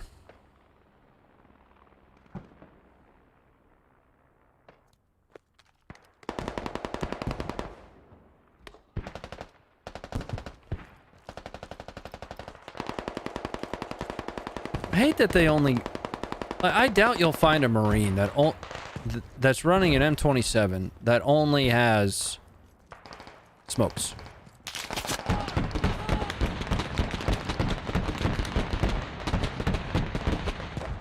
Huh? Might not light up normal light in the tubes, sneaky boy blue. Okay. But it's still visible light. So I guess it just protects the tubes. Doesn't burn them out. You know. But is still visible light. IR safe is the location to store the selector dial to prevent unintentional IR emission, which seems weird. That'll still emit blue light then. Yeah, that is interesting. Was out learning how big the family tree was. How big is it? Really big? Oh, the night's been fine. You know, we've just been chatting mostly. You know, more of my bullshit. Which I totally 100% admit. It's all bullshit. It's all bullshit till it's not.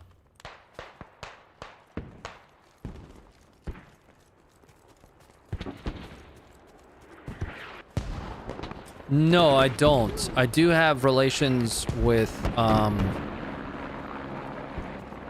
Trace Adkins, fuck. Like, I actually have, direct line relations to... What the fuck? Would you go with me if we roll down streets of fire? Who's that guy?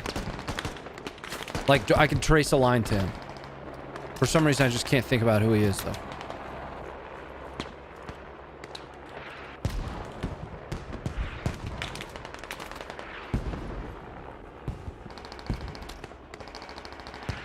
Like, I think he would be considered like a second cousin.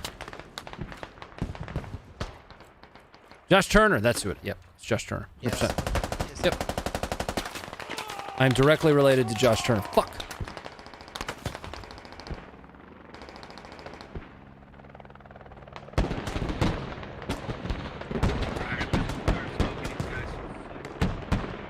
I'm so salty. I don't have my M27 yet. Are you Marine?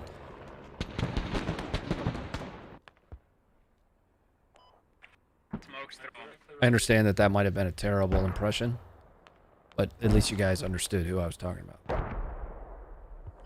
Which direction would you like me throwing? At the enemy. So you're rocking an M4 right now? Well, I'm dead now, but I was on the roof taking fire from every direction. Alright. So throw them all around you. Second, I don't think it's not it might not be second cousin. Like it's someone that, like, my granddad's brother is his granddad. Is that second cousin? Fucking shoot that chopper down. I don't know how it all works, you know.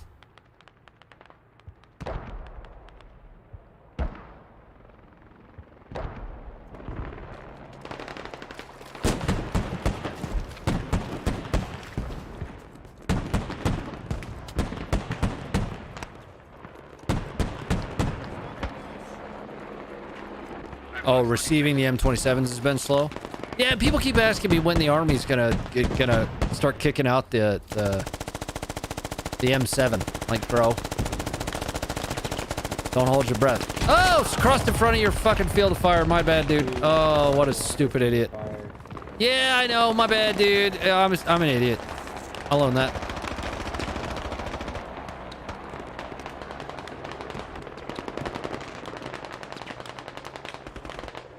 Yeah, my granddad's brother is his granddad.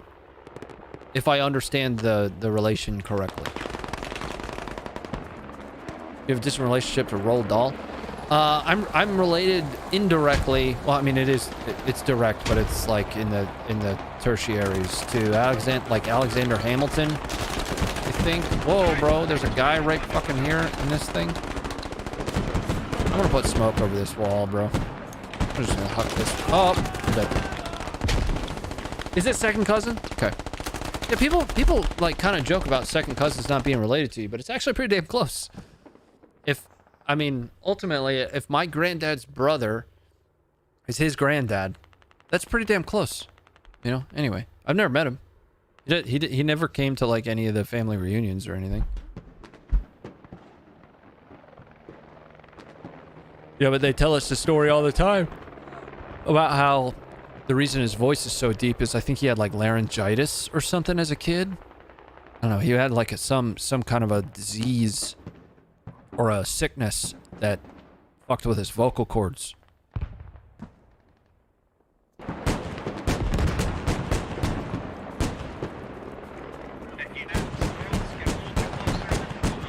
That's on my sperm donor side of the house.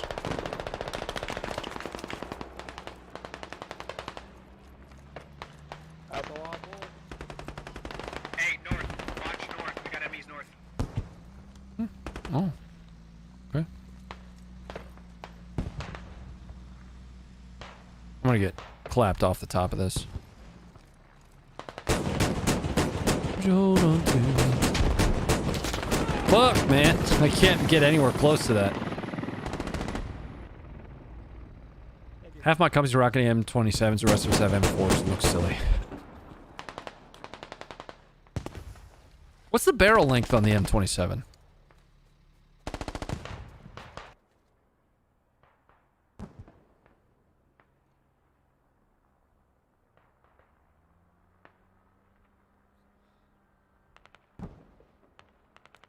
I did the whole, like, you know, get your DNA looked at thing. It turns out, not that there's anything wrong with it, that I'm the most white people person ever. Not that there's anything wrong with that. I'm English, Irish, and French Canadian. That's it. That's all that was in that shit, dude. Everything else was like, no, don't try and claim this. This is 16.5? Okay. What's up, Ellanders? I also say there's some with a 10.5. I am on the hunt right now for a 10.5 upper. I'm thinking about getting one of the Blemulas from Geisley, just because it'll all fit together with my Geisley kit. But I need it. The other reason is it's already going to have the Surefire 3-prong close tying on it. Once the RC2 gets out of jail.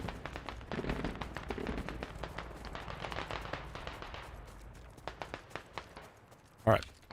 This is where I'm setting up. This is a great spot. Look at this asshole on the roof. Oh.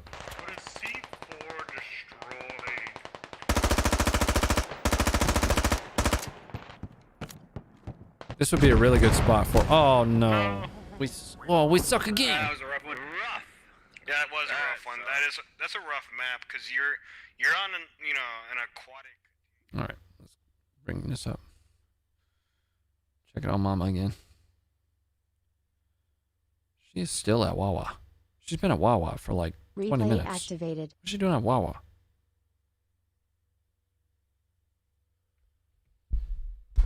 Irish myself, like, I live in Ireland. Oh, dope, dude. Hell yeah. Potato famine led a lot of Irish folks to immigrate to the States, like a lot. Yeah, so on my mom's side of the house, that's the Irish side of the house. Like, we're not... I don't really know, like, the politics and, like, there's supposedly, like, a cool Irish and a not cool Irish. Like, we're Dublin Irish. But it's like 50% of me. Like, it's a sizable portion. But what's weird is, like, I have dark features, you know. Trying to join the Marines again? We are freedom fighters. Okay. Now, the missus, she is, like, Viking. Yeah, she's like Scandinavian, like fucking...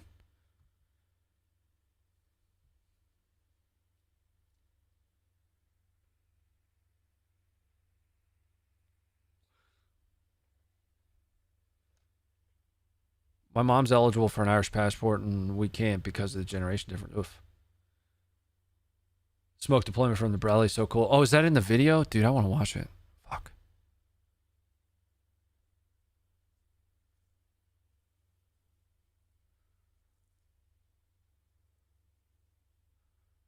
Oh, it's on Defmons? I know Defmon. I'm gonna go see if we can watch it, guys.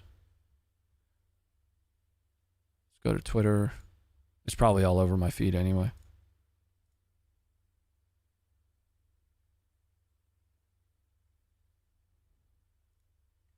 Nope, that's a picture of my bump helmet.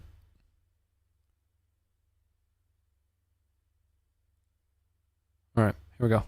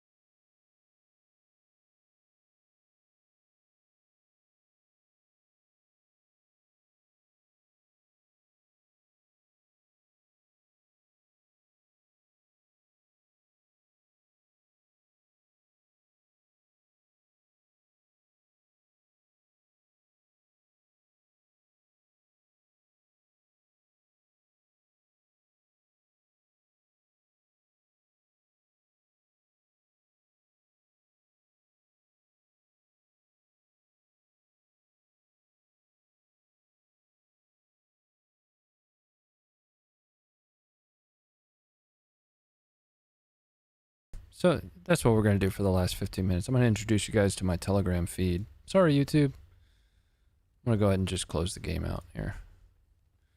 Let's get Telegram up. See if we can find, it's so bright.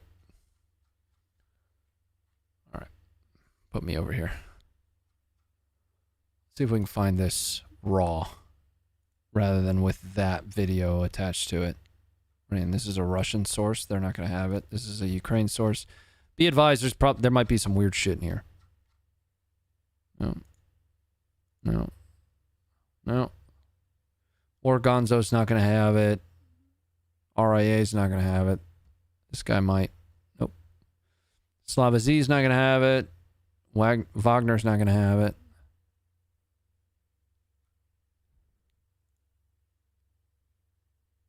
No. British intelligence have it.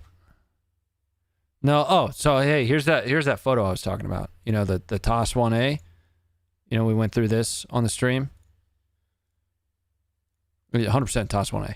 Like no doubt about it. No question whatsoever. Some of the photos.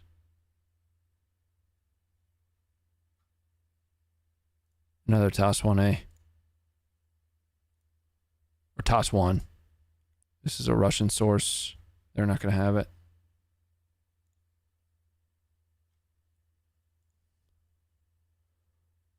A wooden leopard 2. See, somebody asked about inflatables. They're absolutely using decoys. Yeah. Yep. He's cheesing about it too. That's funny. Dead Russians.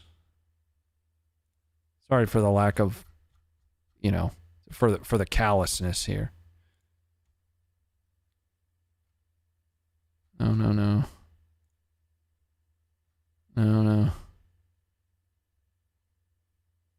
What is this? Oh, this is Deep State. Well, this is from Deep State.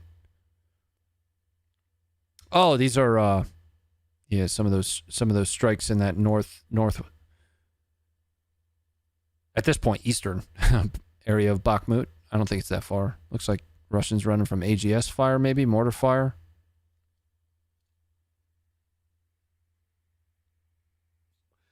Your computer clock is off a bit. Yeah, it's a BIOS problem. I gotta fix it.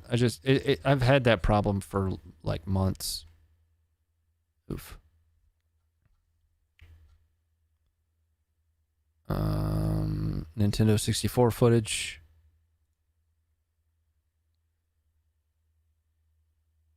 What we got? Nothing there. Nothing from the IT army. This is a weird. This one's weird. It's like half porn, half like not. I almost showed that one tonight.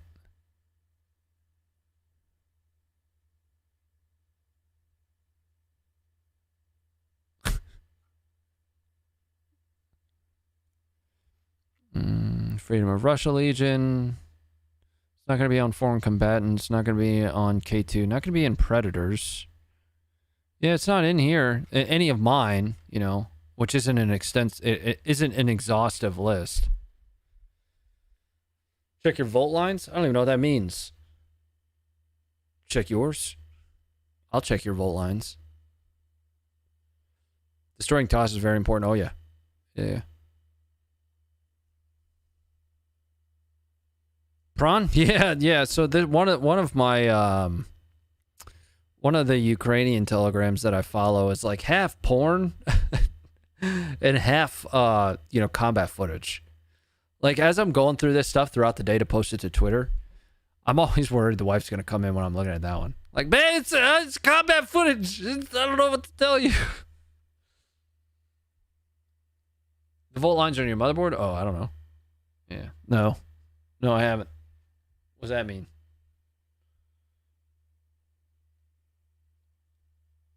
What do you consider porn? Like it's porn, dude. Like it's fucking. What do you consider? But I mean, like about half of these telegrams are, you know, Russian telegrams. Slava Z. I like Slava Z because it's in English.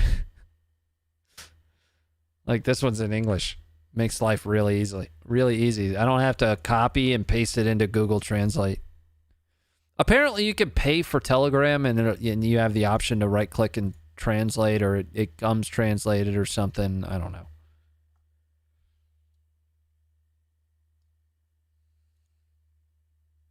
My thighs? What about my thighs? There's porno people in the Telegram. Yeah, there's a lot of it, dude.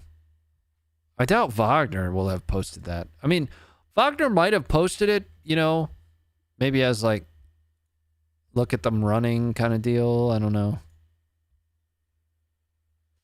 This is Track a Merc. It's not going to be in there. Let's see if Gonzo has it. No. RIA? Nastovia or whatever it is.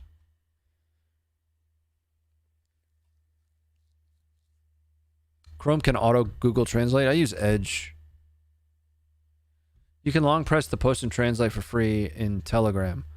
If you're on mobile. Yeah, on mobile. But I primarily use it on desktop because it makes it super easy to share it. Like this, like, oh, look at the kitty cat. Right click, save as, and then I go to my browser, upload, context, done. Right? That's it.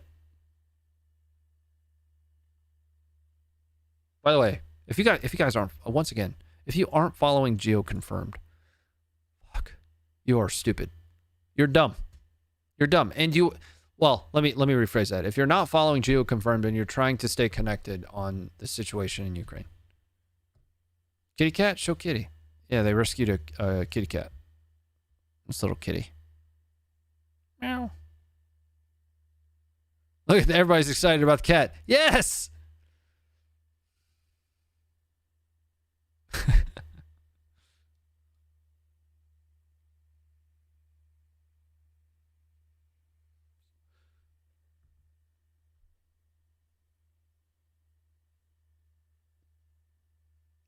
That poor thing. Anyway, like, look at this. Like, if you wanted to go back to the 20th of September and just see the night of, like, the 20th to the 21st of September. This is the activity that they were tracking.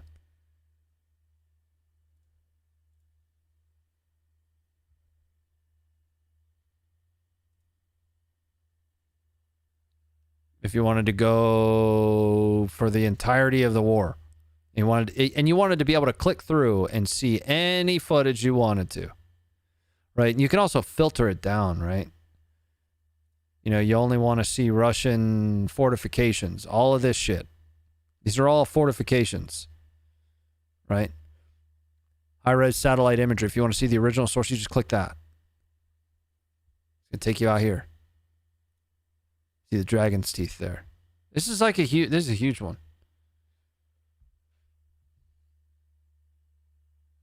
Yeah, it's there. If you're trying to, here's one of the things that I love about GeoConfirmed is they took a bunch of shit, and I love their response for it. You know, Ukraine asked for all that like information silence, and somebody in their comments was like, "What did information silence not, you know, mean to you?" And he was like, "Bro, it's if it's in the environment, I'm gonna fucking post it. That's it."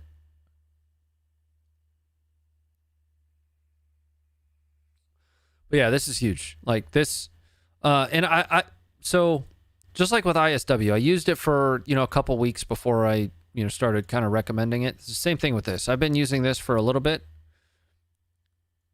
and if you want to see, like, if you just want to get a handle on what's happened over the last 24 or 48, yeah, it's like 48. That's what you do. Right. So this is all of that footage that we looked at during the stream tonight.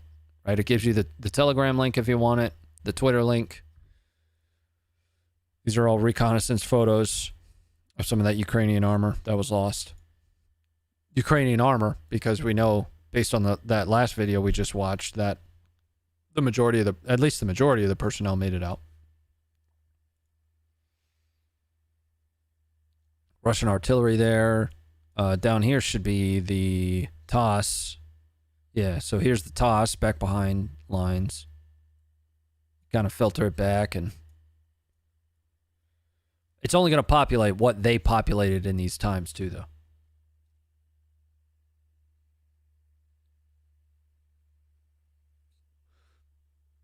Wonder what the actual military losses are on both sides. Higher than we're being told from both perspectives, in my opinion. You know? You know, in some cases, much higher. But if you, even if you wanted to see like the incursions into Belgorod, right, and get a better understanding of where exactly those took place. What I love about this is the location that you see it is actually the location of where it took place. It's been, you know, geolocated to those spots, right? So here's the geolocation for this, right? The same thing on, you know, the Russian footage. It's actually geolocated those positions. What's this? Lancet drone hits a Ukrainian howitzer. Why the fuck is a Ukrainian howitzer there? That's in Russia, isn't it? No, we're in Zaporizhia again. Oh, we had moved to the south. Anyway, this thing's dope.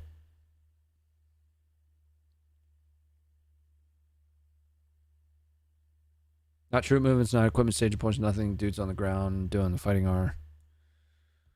I think silent. What are you guys talking about? Basically telling the population not to record the military's movements. They're asking for it. You know, with the amount of propagation in the environment, you know, everything's being recorded by cell phones. So asking for the populace to not do that makes sense as a military, in my opinion. You can ask for it, you know. Now, if you were mounting an operation, and Russia does the same shit, if you were mounting an operation to expel an invasion force, and people were recording your movements for the sole purposes of recording those and providing that intelligence to the adversary, you'd be pissed about it too.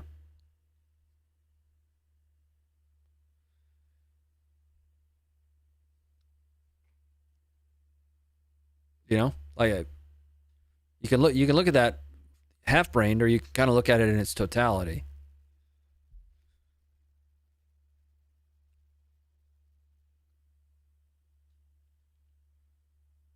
Sick, yeah. I mean, that's an extension of it. I think ultimately the goal of that was some modicum of, you know, just standard operations security. You know, that's how I would look at that. Thank you, Ronnie. Great additional source added favorites. Yeah, they're awesome. You know, please let them know.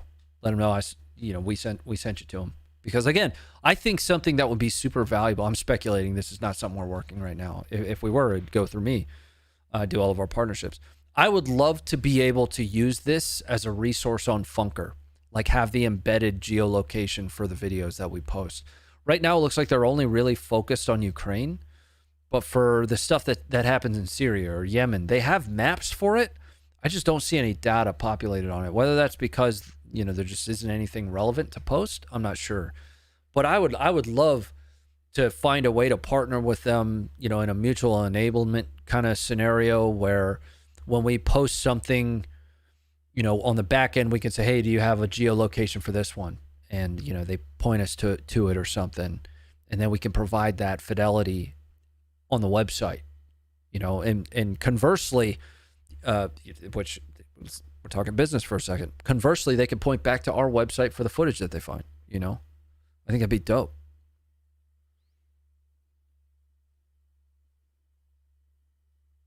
For me, it's way too oversaturating for me.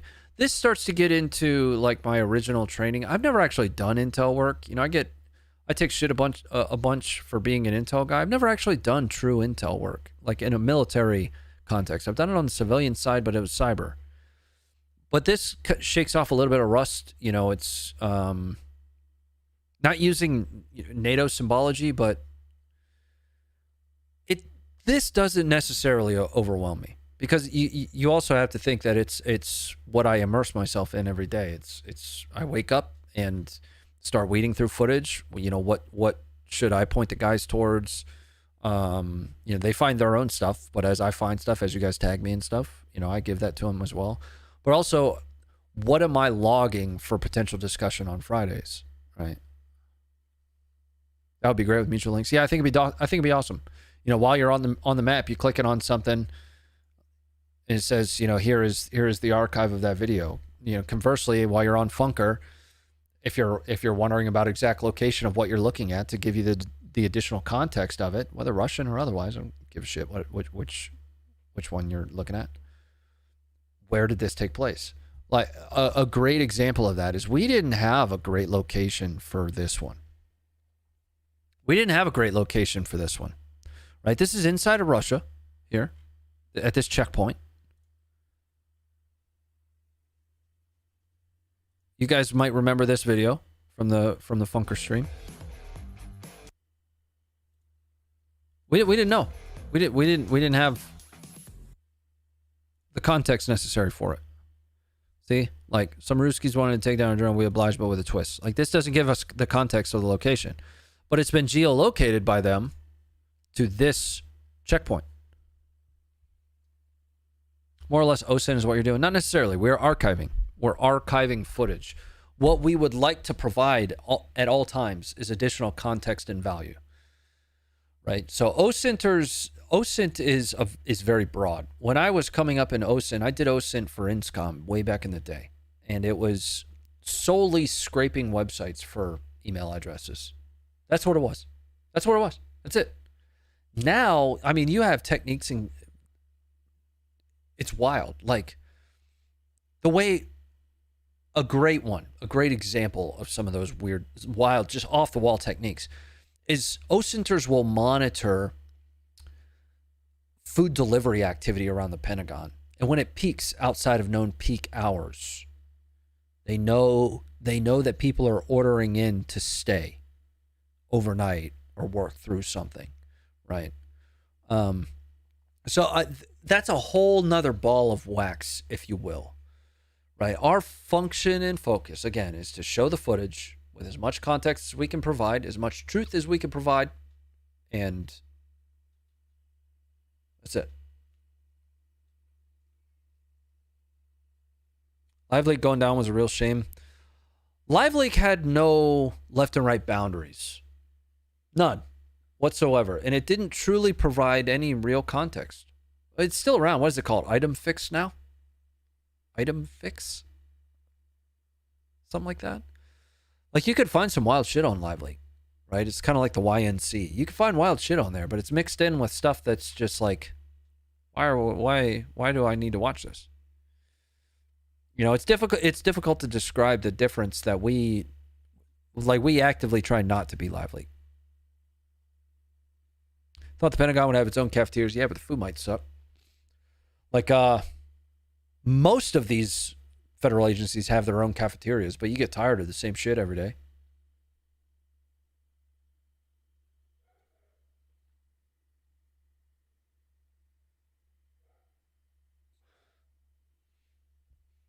What I respect about you guys that you're open with your bias, but still strive to be objective. Yes. As human beings, you can't not be biased. You know? You have opinions. You know, and if you force yourself into objectivity, then you start ignoring reality, right? With your head in the sand kind of deal. Just stuff your head down in the sand and just act like it didn't happen. Right? Just act like Ukraine didn't shoot people in the leg, or act like Russia didn't castrate some dude, you know. I use those as an example, but I mean, they are. The thin red line between epic combat footage and gore porn. Yes. Yeah. That's what it is. There's a very thin line, and sometimes it's an argument in the Funker chat that we're like, yes, we need to post that. And somebody's like, no, we don't. No. What value does it provide? And we're like, well, it provides the context of the situation on the ground, right? The reality. I mean, but there is like that weird like line for people. I tickled on that line on the Funker Twitter today by sharing that Puerto Rico video, But in my opinion, the reason I shared that, there's a reason that I shared that Puerto Rico video. The amount of lessons that you can learn from that Puerto Rico video, from a self-preservation perspective, from a commensurate force perspective, overweighed, or is that a word? No, it's not. We're more than the video itself.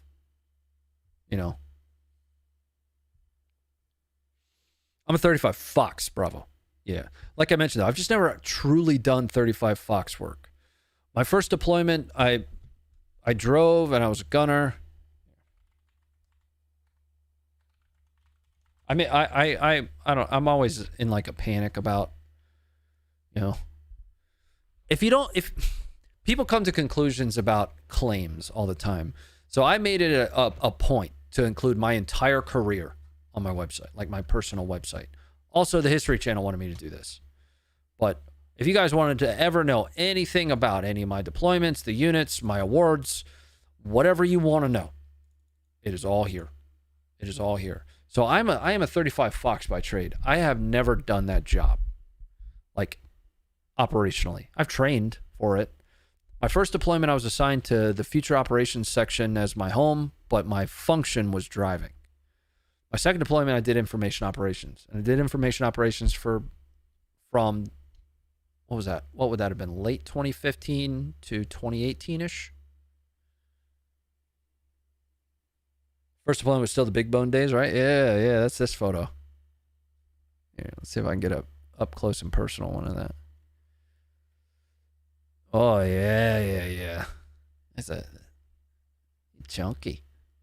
So this is a really cool look. This is a kind of a Soviet equipment boneyard outside of Kabul, just outside of Camp Phoenix, actually, which sits just on the outskirts of Kabul. So all the old Soviet era equipment is just sitting here.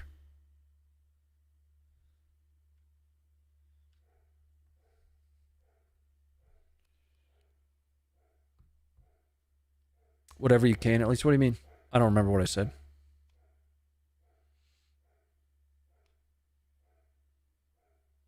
Were you ever at Corey Station for any train? No. Man's wearing a flak jacket? No. That's the Army plate carrier. It's the smaller. We had the choice of wearing the big IBA, like the IOTV thing, or the smaller plate carrier. That's a smaller plate carrier with the rifleman kit on it. Clean shave. I'll be clean shaven once I get off the stream tonight. I got a report in the morning. But again, luckily I don't need to be there till 9 since we're doing, cat eyes stuff in the evening. Sounds like the family's home. Yeah, first deployment. That's when I started losing weight. So I didn't gain weight. I didn't start ballooning until our first pregnancy. I went all the way up to 260-ish and deployed at 260. But started weight loss then. That would have been 2012 into 2013. Yeah, 2012 into 2013. And by my second deployment, I was down to about 190. Still pretty flabby 190 though. Kind of a skinny fat 190. Because around 2016, just before I was never supposed to deploy the second time. Just before that team was supposed to go, the female captain I was talking about, she got thrown off the mission. They said, "Yeah, you're it. You were the fifth member. You're in, but you're too fat. you got to lose weight." So I got down enough to where they let me deploy, and then while there, all you do is work and work out. That's it. You're working out with Rangers, so like you're not going to go in there and be a fat ass. You're just, hi baby. What are you doing? Did you bring home any food? Okay. Do you not eat? I had the thing. All right. Yeah. So anyway, mom's here. You're not going to go in there, get assigned to Ranger, be a fat ass. So In the process of that deployment, I got down to 158, and I felt and looked anemic. So I'm back up now to 180. I just weighed myself yesterday. I'm 180. I don't weigh up myself a lot. You know, it's more about how I feel, how I look, you know, how I perform, whether I'm boxing or in the gym. And I would like to be a slightly leaner 190. I'm about 12% body fat right now. Maybe a little bit less. I was 13% last year on our vacation. I had like the official electro whatever done to me. I was 13%. And I am lighter and leaner this year than I was then. What made you want to be a 35 Fox? The recruiter made it sound like I was going to be Jason Bourne. And they were offering $9 grand.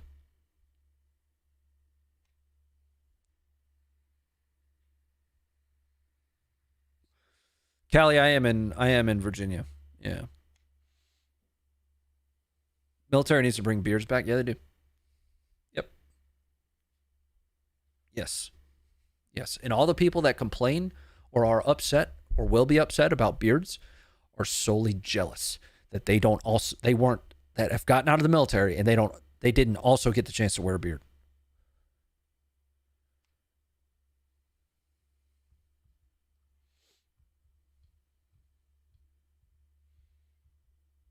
I'm 5'10", unfortunately 295. Got to work this gut off. Yeah, it's all just, you know, it's all you, bro.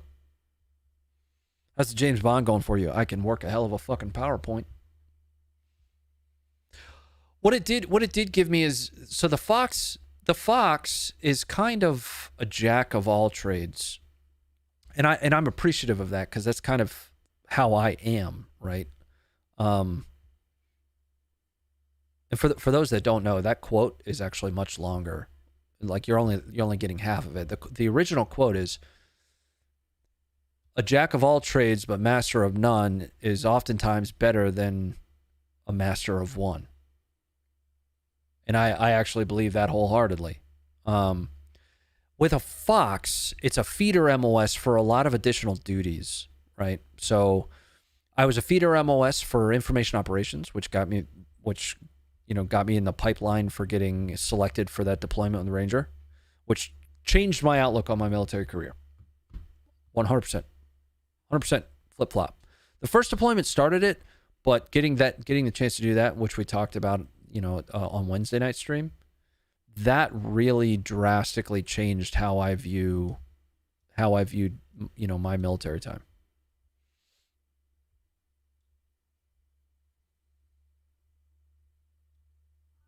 You talking about this on stream back November? This was my motivation for losing weight. Yeah, so a lot of people, kind of look at like the fitness stuff that I post to Instagram with a little bit of side eye, but there's a reason for that, right? Even if 20 people think it's not based for me to post boxing shit to Instagram or to post deadlifts to Instagram or, me doing barbell complex, it's just something showing me not sitting on my ass. If one person is motivated to lose some fucking weight, I'm into it. I don't care. Suck it. Get over it. Fight me.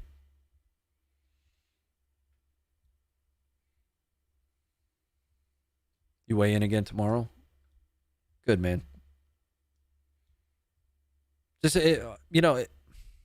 one time I was tying my shoe, right? We were getting ready to go somewhere, and I was at my heaviest, and I went to tie my shoe, and my ribs, dug into me, and I was like, what is that? It hurt to tie my shoe, and I was like, this is not good, man. This is not appropriate. So we're saying that you're not the Jason Bourne. No, I'm a loser, dude.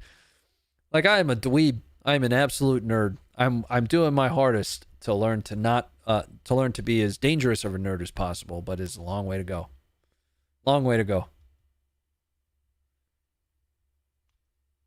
I'm always for anyone trying to improve their life quality. Hell yeah, man. What's one thing that surprised you when you got in?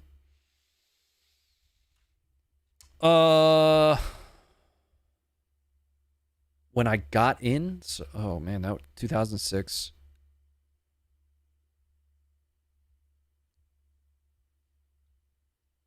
the first thing that comes to mind is the bullshit, you know, but I feel like that's too cliche of an answer. Like I'm trying to figure out something a little bit more specific. Toxicity in leadership. I didn't expect that. I expected, you know, my leaders in the military to be better, you know. Given that they had been promoted and progressed through the ranks, they were the best of the best. And that's just not how Army promotions work.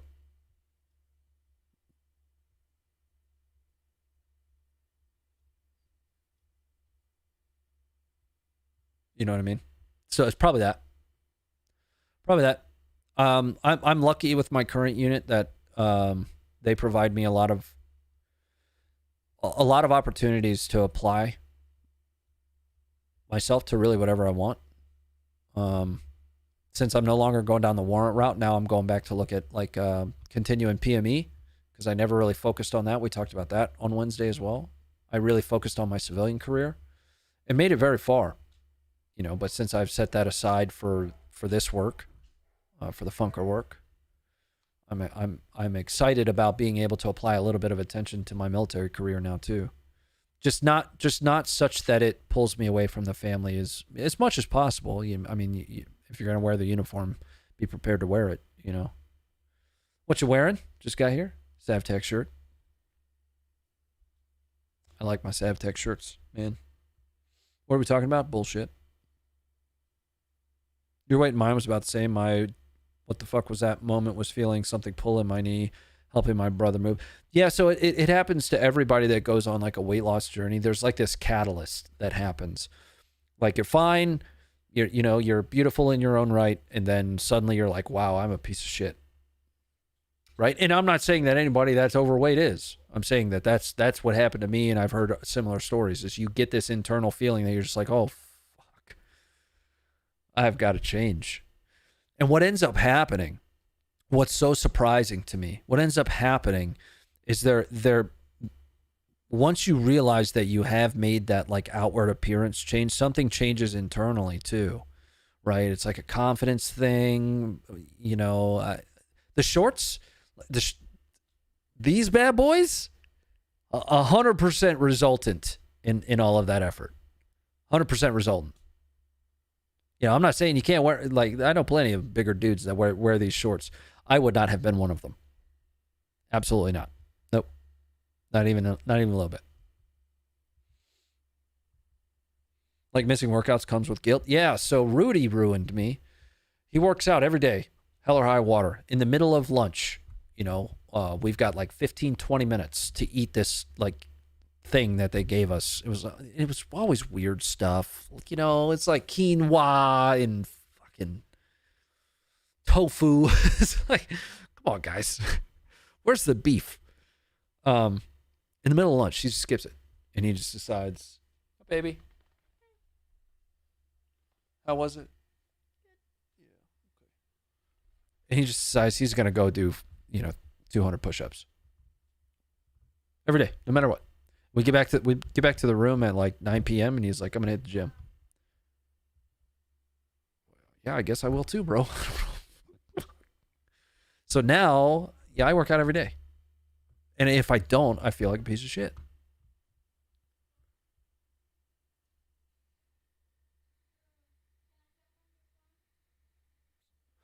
Oh, well, no, they're still settling in from the funeral and all that stuff.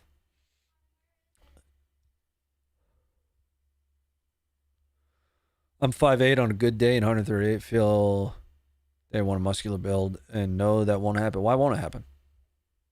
Generous to kill Rudy? Yeah. Yep. You know you're bad when you wear a shirt in the pool? Yes. Yeah. I did that. Yep. Well, I mean, each person is going to feel differently about how they look and feel. I know that for me personally, looking back on that, yeah. Enjoy food too much, Ronnie? So do I, dude. I eat like a half of a large pizza under normal circumstances.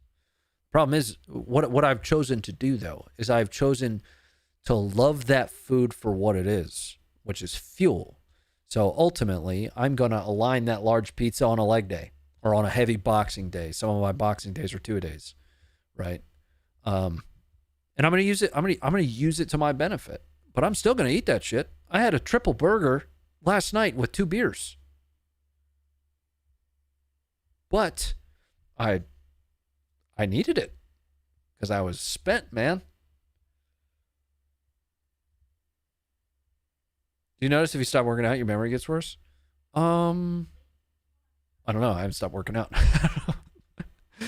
I did notice that going back to the show with Rudy. There was the first week we were there, we were hitting it hard, man. Because I mean, that was table reads, that was getting the media training, how to read things in like TV voice, which was foreign to me. I was just like, I thought you guys would want me to read it.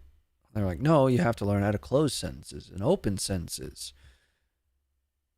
Deployment to various locations in Afghanistan in 2016. Ronnie's assignment as an information operations planner. It's like, wow, I didn't even know that I needed to. That was terrible, by the way. I would have gotten thrown out of the.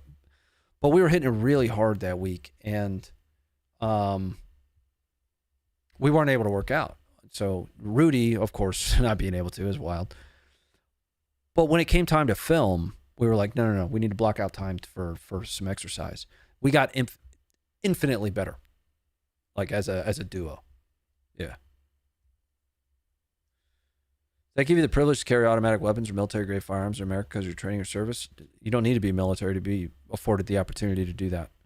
And there, in my opinion, there's no such thing as a military-grade weapon. There are weapons. That's it. The military should not have something that I don't. Nor you. Robot voice, yeah. I catch myself doing it sometimes on like the edited Funker videos. Like the one that comes to mind is the K2 video of the trench, the T position. You know, struggle with alcoholism was make you faggot real quick. Yeah, 51 to get a swollen liver so large, identical being 7 months into. Oof. Sober but need to get fit.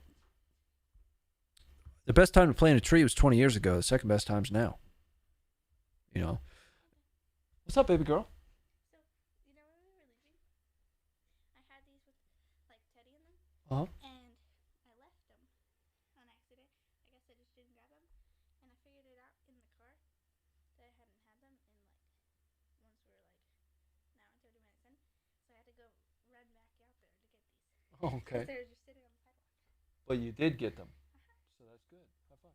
Nice work.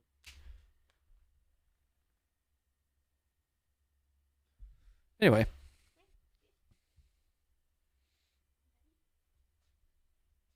Well, when you get into purpose-built weapons, what do you mean?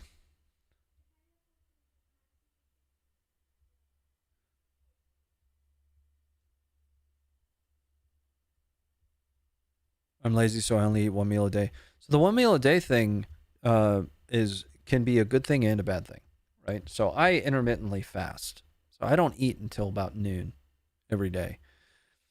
Lately, it's turned into not necessarily an intermittent fast. I've just shifted my meal times to the right because I'm eating like tonight when we get off the stream. I'm gonna make something to eat. I'm just hungry, dude. So I've instead of intermittently fasting, I've now just shifted my feeding time to the right. The 1 meal a day thing can be good, you know. There is evidence that like eating throughout the day supports your metabolism. It's really about what your body responds to, though. Like I know people that have 1 meal a day and they're professional athletes. I also know people that eat throughout the day. You know, that horse, Rudy is one of them. He eats like this much every 10 minutes or something, you know. Isn't it bad to eat before sleep? I won't go to bed until 1 or 2 in the morning. It's 10:30 right now.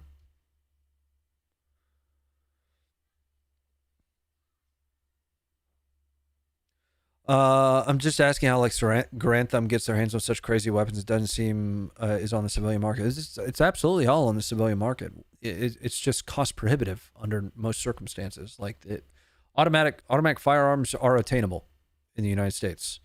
You have to pay a tax and submit fingerprints and, essentially be open to regular inspections from the government to own it, right? Which is all bullshit. You shouldn't have to do that, but you do. Folks like Grantham that are providing the value of understanding the weapons that are out there and giving you their opinion and expertise also are going to have, sponsors that will send them, without that prohibition of cost, rifles. In some cases, fully automatic to test, right? To use. In most cases, when you run into that and they're not actually, when it's an NFA item, oftentimes it is accompanied by a person. Like they will bring it out there, like Ohio Ordnance will bring out the H car or something.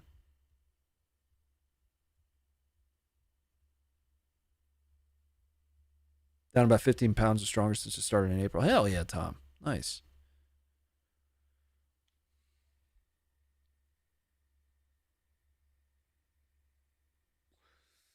Quixote. I like it, man. Hell yeah. Do your thing, dude.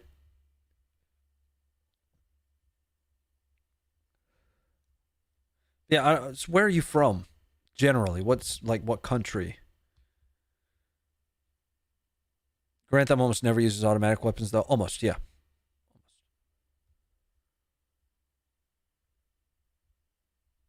Oh, you're from the United States. Interesting. Or the XM5 Spear came with its own minder. Right. Yeah. Yep. And they're getting that exposure, right? The company is. So, of course, providing that provides value to them. That's ultimately the foundation of sponsorship. I don't have sponsors. I have none. To a certain extent, purposeful. I've been asked by some weird company, weird shit. It's not really something that I paid attention to until this started becoming a job. Because for the first 4 years of me streaming, it was not a job. It's just something that I love to do. Now it's both a job and something that I love to do. So that's something there's one company that might become that soon.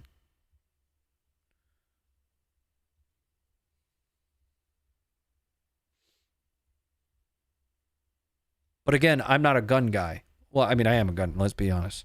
I'm not a gun tuber. I have a gun channel, but it's less of a gun tube channel and more of a, I like to have fun in my backyard kind of stuff. Ronnie presents the audible. The more I think about that request for Funker, I bet we could have pulled it off. I'm not saying that the auto blow is something that you need. I'm only telling you that it has 17 cycles of operation. Is a job if it's something you love to do? Yeah, it's still a job. It's still work. Like, I love the Funker stream. One of the reasons we had to spin it down to 3 days a week. I'd love to hang out and talk about footage all day, but it necessitates structure, right? We did the Funker stream with no structure, and it was extremely stressful. One of the reasons I spun it down to once a week is so that I could have the time to dedicate against choosing the right videos. I know it still is not anywhere near where I want it to be, but really that's presentation at this point, because the energy and time is there into the structure, right? Logistically and from a production perspective, there's a lot of room for improvement. Like just in the bedroom of my house, we don't have a studio per se, and I am not long for this studio with the new baby coming. So there's a lot of questions on what that's going to look like moving forward. Might be the opportunity necessary to look into a studio. Do you think having a gun company sponsor you or an ammo company, rifle versus ammo for life? I'd rather have the ammo. I got guns. I have all the guns that I could need. Right? Ultimately, I think everybody needs one. And it's a rifle. A semi-automatic rifle that is able to engage up to and including 300 to 500 meters. That's the one need for everybody in the United States of America. Outside of that, it's really just adding on to that need.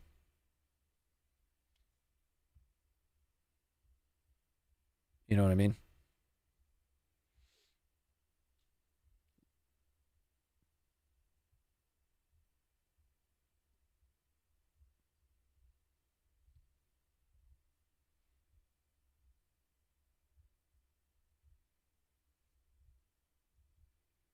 Everyone get a Remington 700?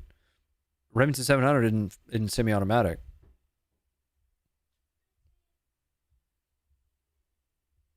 Right? I mean, I recognize and understand you can engage with a Remington 700, you know, and I'm assuming you mean in a 308 caliber, 7.62 but you can also get in, you know, 6.5 and all kinds of other stuff. But I'm assuming you're just kind of talking about the OG. It's not semi-automatic.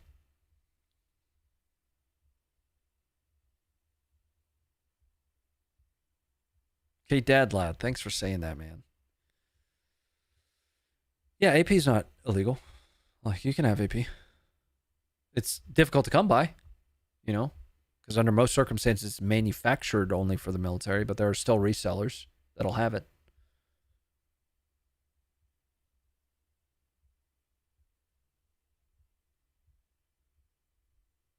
SVD is better than what?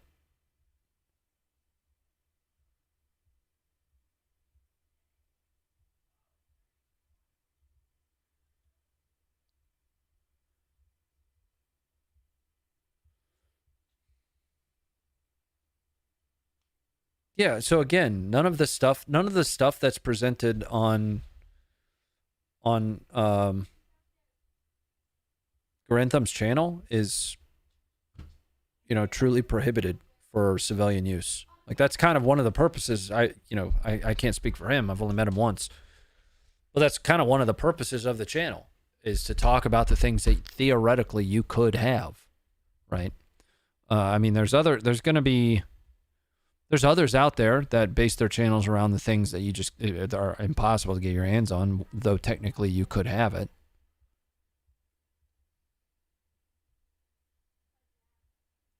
Like we said about that Russian broadcast when they said to invade Alaska, it's not going to turn out how you think it's going to turn out. Yeah, the 11th, whether you're talking about the Air Force or the 11th Airborne, it's got something to say about that. Like, that's stupid. That's dumb. Don't do that. People also have the ability to cast their own lead and reload. You make tungsten core round. Yeah.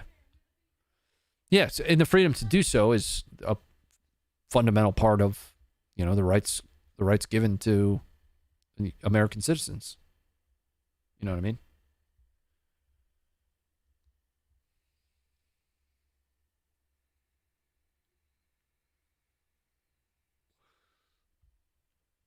Trix has started a gun company, own whatever you want on the company's name. Well, Josh is lucky because they HHV has an FFL, you know, because of all the testing that they do. So anything Josh wants, you know, we've got the long form blog that's coming out soon for Funker, where we're going to be writing full reviews on everything from outdoors equipment to survival equipment to firearms. And, you know, anything Josh wants to review that gets sent to us, he just has sent direct to his FFL. Me, you know, what are they going to send it to? Huh? My front porch. Sounds good, Bravo. Thanks for being here for a little bit, man. Thanks for all the questions, dude. I love questions. If I can answer it, I can answer it. If not, you know, I can't. It's what it is, man. Over the course of history, has Russia or the U.S. made more contributions to firearms? It's kind of a loaded question. I guess technically, if you look at that, it's been Russia. If you look at the proliferation of the most common, you know, rifle used in the world, AK. Now, if you're talking about the most capable weapons, the United States, hands down. Can you not have guns sent right to your door in the U.S.? No. I don't know who. That's like such a common misconception. That went out the window in '94, man. You used to be able to do that. Yeah, absolutely. Yeah, order out of a catalog and it gets shipped to your house. Now, the exception to that are what the ATF classifies as not firearms, like black powder stuff. Like, I'm assuming you can still have black powder sent to your door. I'm assuming that. I don't know for certain. One of those things. Do your own research on it. But no, you cannot have just a firearm shipped to your door. Mm-mm.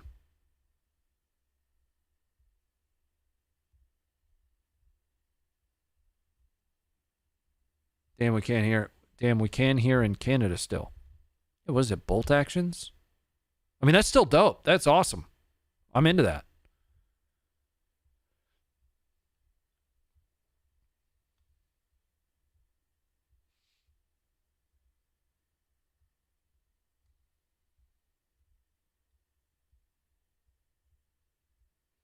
Smooth bore on tanks. You can't give smooth. You can't just say smooth bore on tanks is a Russian invention. Right? The smooth bore. The smooth bore. Anything has been around before. Just before they knew how to put rifling in a firearm.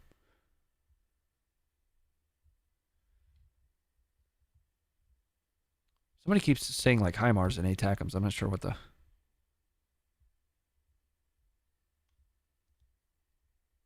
Thermals on tanks? I find that hard to believe. I'm not disagreeing with you because I don't have the right answer, but I find it hard to believe that the Russians invented putting like you can't eat. That's not, first of all, tank's not a firearm. It has a big gun on it, but I wouldn't consider it a firearm. It's a tank. It's a tank. So to say that Russia has done more for firearms because they put thermals on tanks doesn't make sense.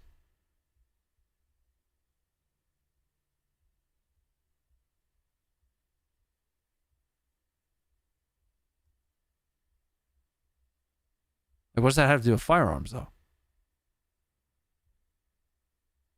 I'm not disagreeing with you. I don't understand what it has to do with firearms. Russians came up with a fin-stabilized Sabo round for tanks. That's interesting. Hell yeah.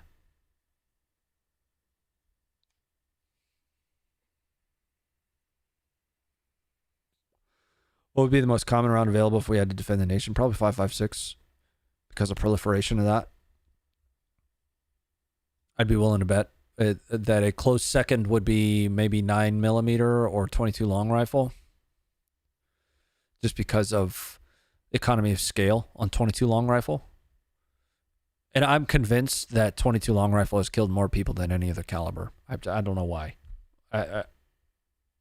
You know.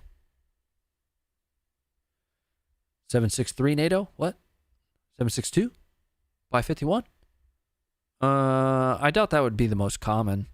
You know, again, from an economy of scale perspective, it's more expensive to produce. So theoretically, there would be less of it produced. Maybe. I don't know. It's kind of a loaded question, though. I thought I was asking in general weapon invasion. No, I took it literally. Firearms. Yeah, like firearms. Oh, it's all good, Josh. There's all kinds of weird calibers, dude, so I didn't know if there was like another, you know.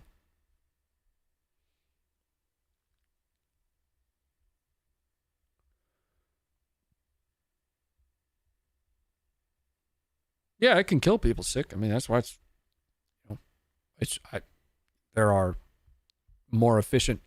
One thing that people don't give like standard self-defense calibers, or that people give guns too much credit in their lethality. From a certain perspective, they are not that great at being lethal. They can be devastating when used properly. But a knife is devastating. What's up, Aaron? Watch a guy put down a cow with a 22. Dude, I was such a bad kid growing up. We just shoot. We took care of these cows, right? But I have shot a cow with a BB gun before. People change, dude. Look, I get it. I'm not perfect. You know, I've done some stupid stuff. But we shot cows with BB guns. That just reminded me of that. You hear them go, "Mrrr," run off.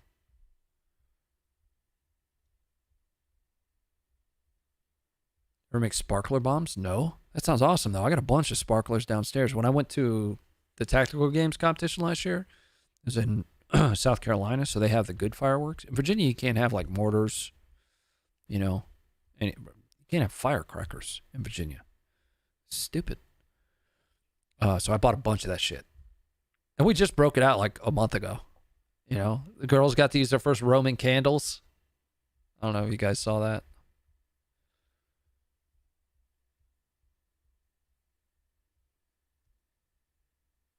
Yeah, what's a sparkler bomb?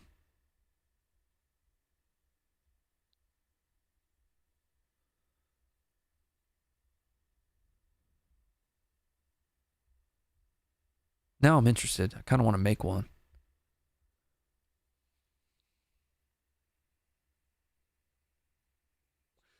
What weapon did Plinkster use for the 700-yard challenge?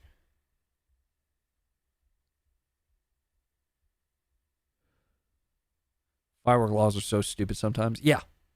Yep. Yeah, I mean, I grew up, you know, shooting bottle rockets at each other, you know?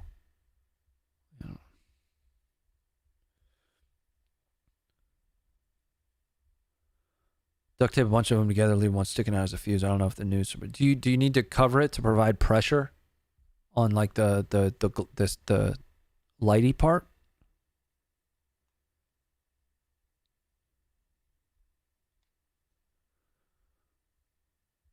Ah. I didn't know that. Well, yeah, well, I guess any real combustion with pressure applied to it just amplifies that. I don't know. Battle chemists can probably, I don't know. He's actually a chemist, so. How can we get our hands on murder sparklers? Just drop a bunch of fucking sparklers. It's magnesium. I understand it's different, but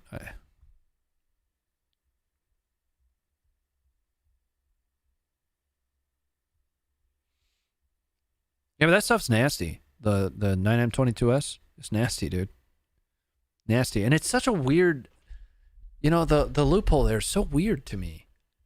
Right? Like, you can't use incendiaries unless you fire it from the ground. Then it's fine.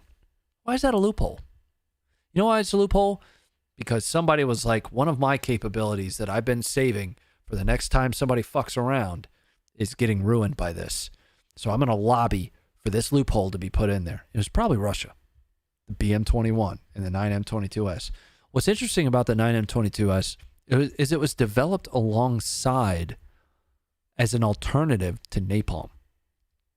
It was Russia's alternative to napalm back in the 60s and 70s. Like, that's why it was developed, is to be that, but different.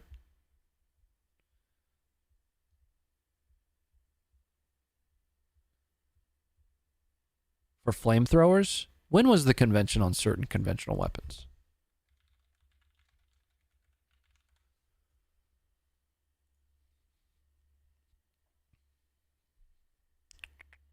$1990. 1980, excuse me. Yeah, no, it's 1980. It wasn't for flamethrowers.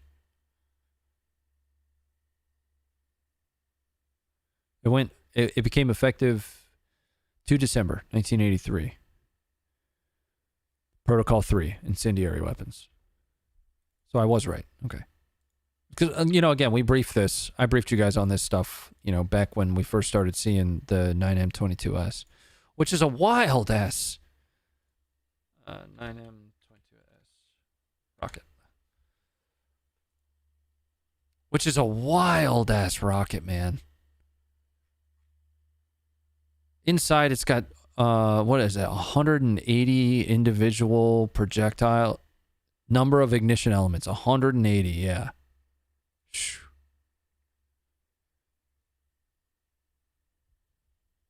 Yep.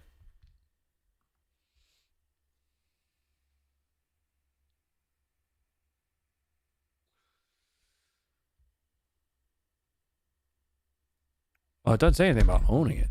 Instead of this, though, how do you enforce something like this on Russia or the U.S.? You can't. That's why human rights organizations have been up in arms about that little loophole. Is it's subjective? The language is subjective to it. Let's see if I can find the exact language. Go back to Protocol 3, protocol on incendiary weapons. I gotta go to the actual like website. God damn it. Is it this one? Certified true copy. The language in it just reads so weird, you know, that it's immensely difficult. Let's make sure this is the right one. That's in, I don't know, fucking Chinese or something, like Mandarin. Articles, scope of application. No, this isn't what I want. I want just like Article 3. I have found this before.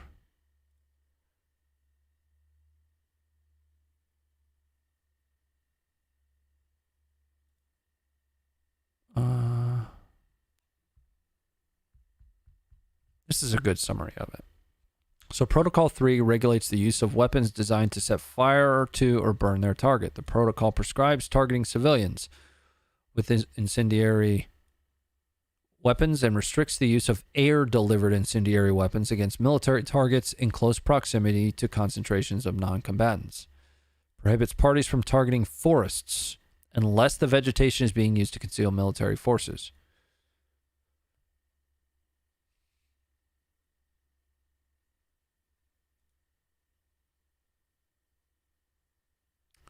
The original, like the actual language of it is what's more subjective. That's pretty clear. But it also, I think, misses something. It's meant to be that way. It's meant to be written that way, same as mine's. Yeah.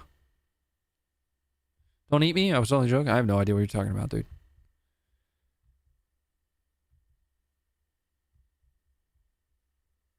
One dude in a forest, let's burn it down. God damn it. What's this one?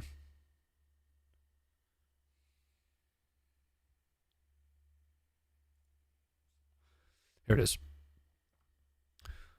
All right. This is the language for it. So it first it defines incendiary weapon, right? So this is Protocol 3 of the Convention on Certain Conventional Weapons.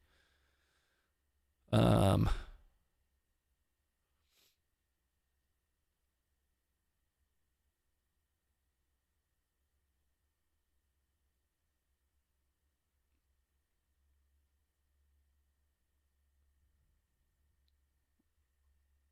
think it's in here somewhere. Further prohibited to make any military objective located within a concentration of civilians the object of attack by means of incendiary weapons other than air-delivered incendiary weapons, except when such military objective is clearly separated from the concentration of civilians, and all feasible precautions are taken with a view to limiting the incendiary effects to the military objective and to avoiding, and in any event to minimizing, the incidental loss of civilian life, injury to civilians, and damage to civilian objects.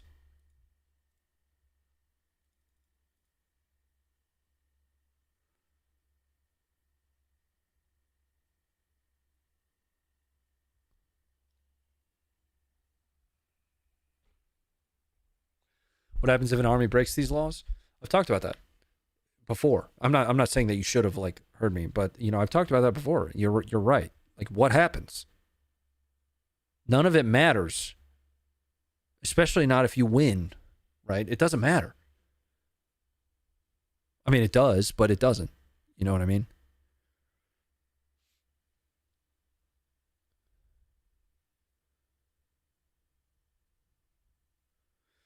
It's why mortar sections still use red and white phosphorus. Yeah, because technically, if its primary purpose is smoke emitting, then it's not considered an incendiary, but it's still phosphorus emitted smoke. See, phosphorus, in the way that it differs from like a visual perspective, emits really chalky, in its original state, white phosphorus, really chalky white smoke, right?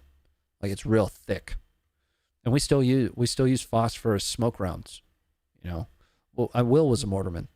He talks about it all the time. He's like, yeah, we just dropped some smoke on him. And I was like, what do you mean smoke? He's like, well, it's Willie Pete. Oh.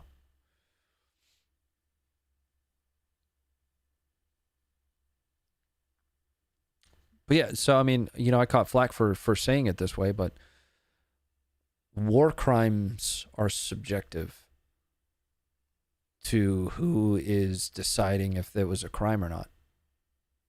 Ultimately, I mean, how is it not? Right? If you win, like say for instance you win, right? What happens? You won. The outcome of war is a political outcome. You just change the rules. If you lose, however, then you can technically, if people are doing the holding accountable thing, you know, accountability, all that bullshit. If people are doing the holding accountable stuff, well,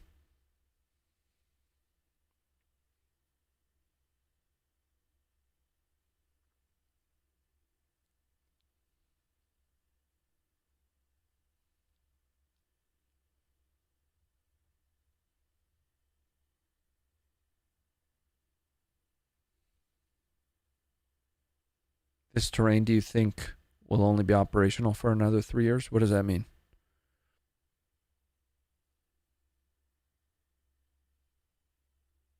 I'm unbelievable? What does that mean? Yeah, probably. Don't believe me.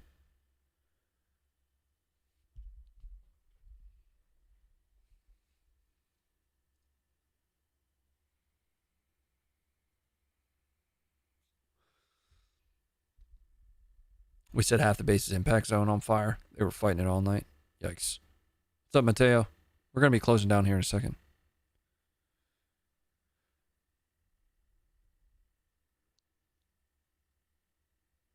Anyway, yeah, I mean, it's, you know, once again, there's always that is or isn't kind of approach to things. You know, is it a war crime or isn't? To be honest with you, a lot of war crimes are kind of, there is subjective language in them for a reason because of the dynamic and I hate saying it this way, but I'm too tired to think of another way to put it. Flexible nature necessary for war to adapt to your adversary, right? See the Las Vegas aliens? Yeah, I keep looking at the photo, man. I'm an alien guy. I'm positive. Statistically speaking, it is not feasible for there to just be us. Like, it just doesn't make sense. So I'm an alien guy. I believe there's something out there. But I'm looking at this photo, and I'm like, I don't see what you're seeing, bro. Like, it's right there behind the forklift. And I'm like, I don't see that. I don't even see the forklift, dude. Are the beers kicking in? No. I'm tired, dude. Yeah. And I've got an early morning.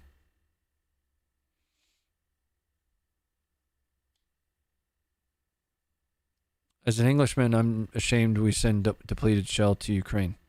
Why? Depleted uranium. Why? Like I mean, that's a whole nother ball of wax, you know.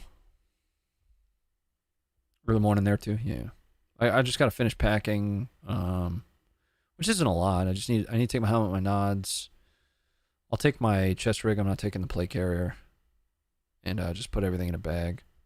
Do you think aliens are among us? No. You know? Question mark? I answer that hesitantly.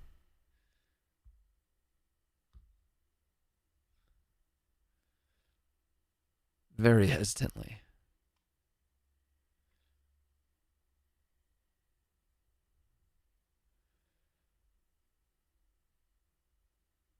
Suffers over 500 to 600 a day consecutively. It suffers what? Like human casualties? I have no idea. I don't even try. You know, when there are folks that are out there that are actively like trying, and God love them for it because it's, you know, hard work to do. I personally don't believe the casualty reports from what Russia puts out. I don't believe the casualty reports on Russian casualties that Ukraine puts out. I think they're still pretty high. Like, they're high. A lot. You look at just like, you know, a couple isolated, and, you know, I can't preach to not take isolated problem sets or isolated videos and photos and make, you know, some kind of a educated guess on the totality of a situation. But if you do take that, if you take those, you know, photos of a field that just show it littered with, you know, Russian deceased, or, you know, the likelihood of just extremely high, extreme being relative, right? One of the things that I think is going to be difficult for people to come to terms with, you know, especially just given the amount of just generally blind support for Ukraine. I'm not saying that everybody's support is blind. You know, don't take me, don't do that. Is how many casualties Ukraine is taking as well. You know, I think that's a logical conclusion to make.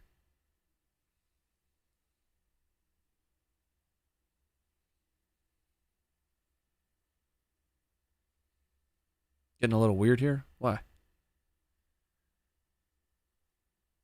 Did you see the gameplay changes coming to Squad? I did. I'm excited for them, man.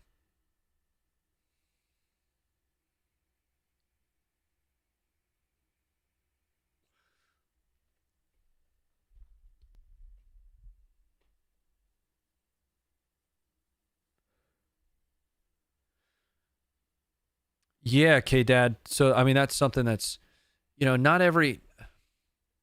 For example, you know, we're used to the global war on terror. In the global war on terror, casualties, given the length of time, were relatively minimal. Relatively. This is relative. Were relatively minimal. So tracking those, you know, tracking wounded, dead, wasn't really this massive undertaking, right? I mean, massive itself being relative. Right? Everything's relative. You know, I mean, think about the American Civil War, and 600,000 Americans died during that. But you have like this peer fight, right? Where modern weapon is pitted against modern weapon, and the effectiveness of those modern weapons has been perfected over hundreds of years. I mean, think about like cannon that's now turned into the howitzer, and, you know, the 777s that you have out there, and the capabilities of those weapons. The possibility, or the challenge that comes along with that in contested environment, when you have these two forces so vehemently banging against each other, the challenge in tracking true casualty numbers has to be astronomical. I'm 100% sure that there's somebody out there with the best semblance of what the actual casualty number is, but I feel like we will never know that. Even if they're screaming it from the mountaintops, we'll look at it and be like, how do you know? Because then you also have to throw in, you know, all the other context. All the other context being, where'd you get that source? Impossible for me to truly believe that there's that good of an understanding, given the way that this war is gone. You know, I think Ukraine is probably in a better situation to understand their casualties than Russia. You know, Russia's wave kind of tactics, kind of just continuing to throw people into the fight, you know, prisoners. Like, do you count Wagner in that?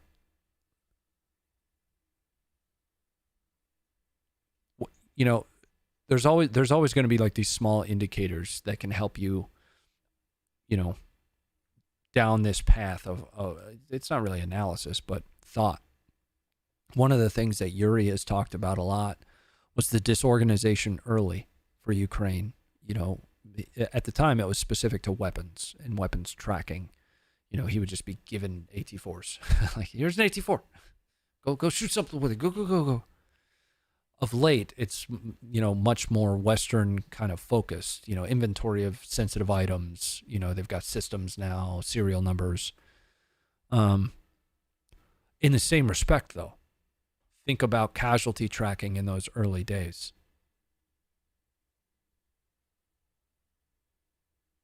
You know?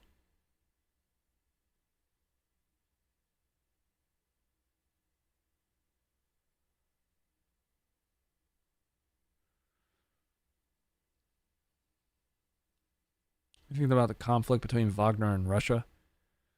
Think it'll grow? It's only grown since, I mean, it's been going on for a while, and I alluded to it. I was seeing the reports of it months and months and months ago, and I alluded to it a couple times. It's kind of outside the scope of what I paid most attention to. It's additional and valuable context, but it's only grown, right? Unless it is all kind of some 4D chess plan of making themselves seem divided. Prigozhin is just kind of continues. He and his entire organization kind of continue to clown on the mod, like the K-52 video that we didn't even show tonight on the stream of the tractors getting blown up and the mod claiming that it was leopards. Wagner clowned on him. Wagner put a fire truck up and said it was HIMARS on their Telegram. Like, I don't see that going away.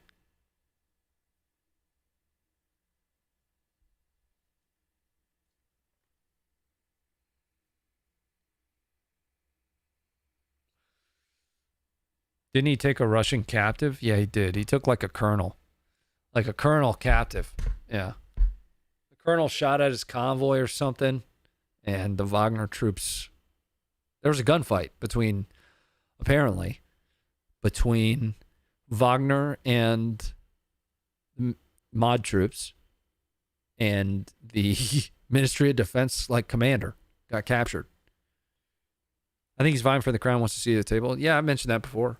You know, it seems like political rhetoric to me, a lot of the things he's saying, because he's taking a more moderate stance on the war in Ukraine than Putin does, or than official statements from Putin. You know, the actions on the ground of Wagner kind of tell a different story, but his forward-facing statements are very moderate, right? You know, he's still in the fight for Russia, but he is respecting Ukraine's prowess, saying, "Hey, it's not easy for us to take Bakhmut. We're going to do it, but it ain't easy." They are sound in their defense. But then you look at the other people, like the Ministry of Defense folks, and they're like, Ukraine doesn't have any defense. You know, we haven't advanced because we don't want to. You know, just seems like he's purposefully being more moderate to appeal to a wider audience. I don't know enough about Prigozhin, you know, outside of just what he's doing now. You know, I'm not a almost said Middle East, Eastern European, you know, politics expert. I don't know enough about it. I truly don't think I could tell you what is best and worst for Ukraine, you know, top to bottom, one way or another. I could not tell you, or not Ukraine, for the United States. When it comes to Russia, right? Because I think the reason I say that is there's so much uncertainty with Putin. You know, if on the one hand you can be concerned that Putin will just shoot a nuke, how can you not, in the same sense, understand that he's solely invading Ukraine just to take it, or just to wipe people out? I don't know that he's doing either of those. I don't know why. You know what I mean? He's like a wild card to me. And I know that there are really smart people that have way better understanding of him and of Prigozhin, and I'm just under the assumption that they are tracking and, you know, trying to put plans in place, you know, to preserve the American way of life. You know, that's all I can say. Will Kilmore? What about Will? Can you use napalm if they fire it from the ground? I guess technically, according to this. I don't know. I could be wrong about that. I'm not a, you know. Yeah, I don't know. I don't know.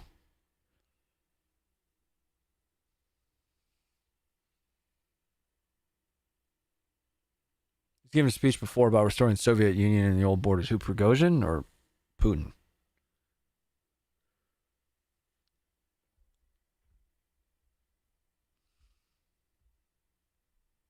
Psycho Nutter? The song Psycho Killer got stuck in my head when you said that. Psycho Killer. Oh, Putin? Yeah.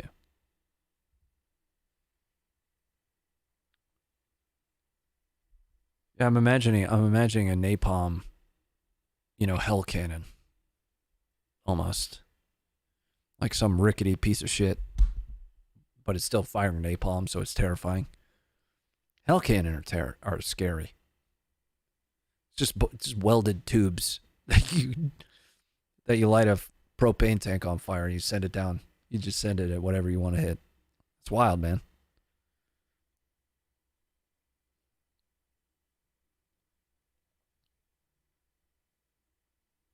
Drum barrel.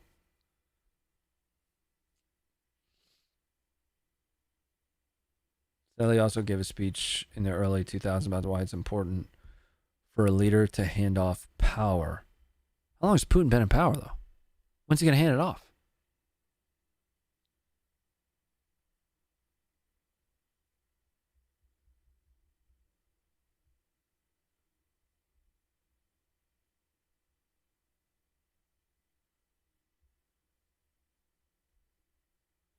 This is the 90s. It's been a long time.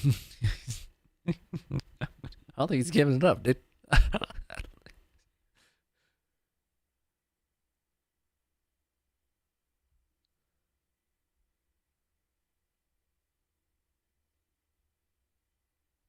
It's been a while. He's been around for a while, man.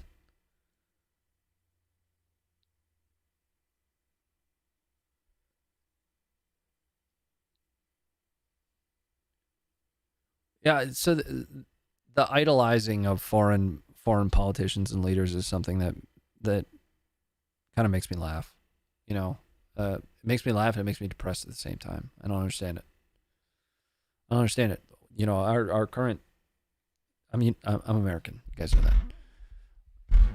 that. I reinforce that for a reason.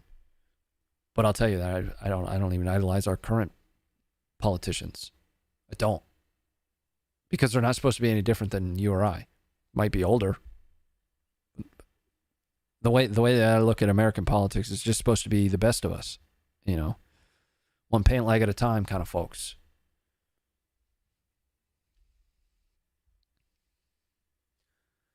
A lot of that, Lewis. There's a lot of, that's not Putin, that's a body double. I don't know if it is or isn't.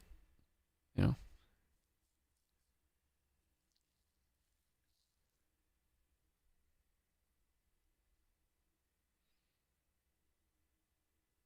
I was speaking of things that I just can't validate or and not smart enough to speak to.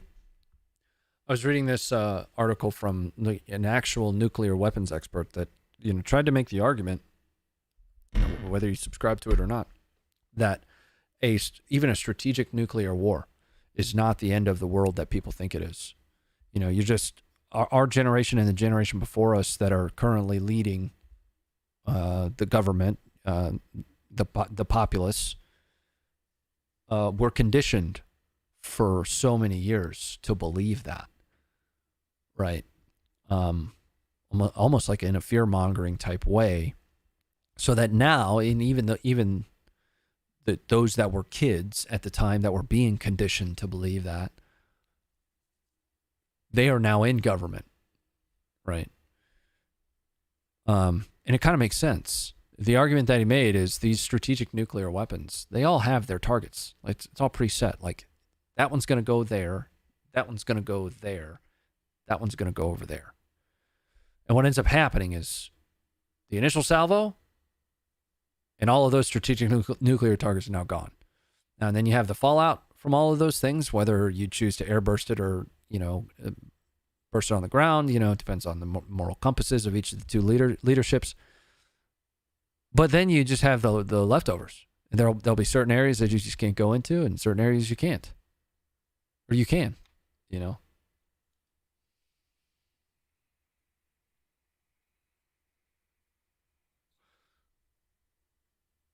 Consider how many nuclear tests have been done. Yeah.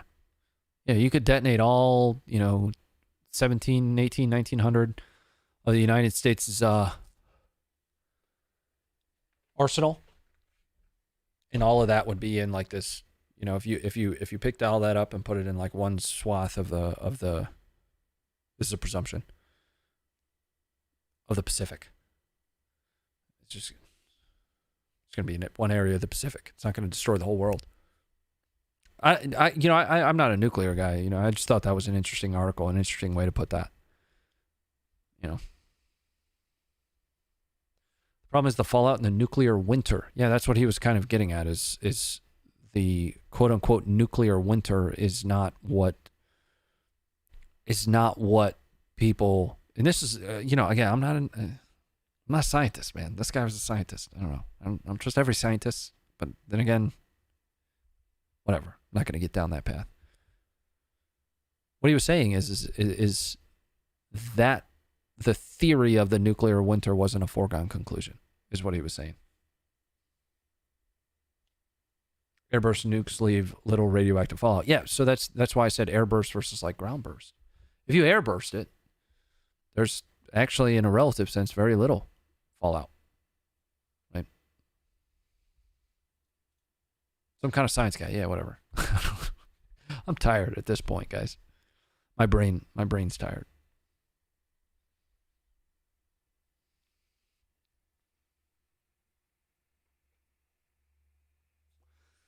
I don't know.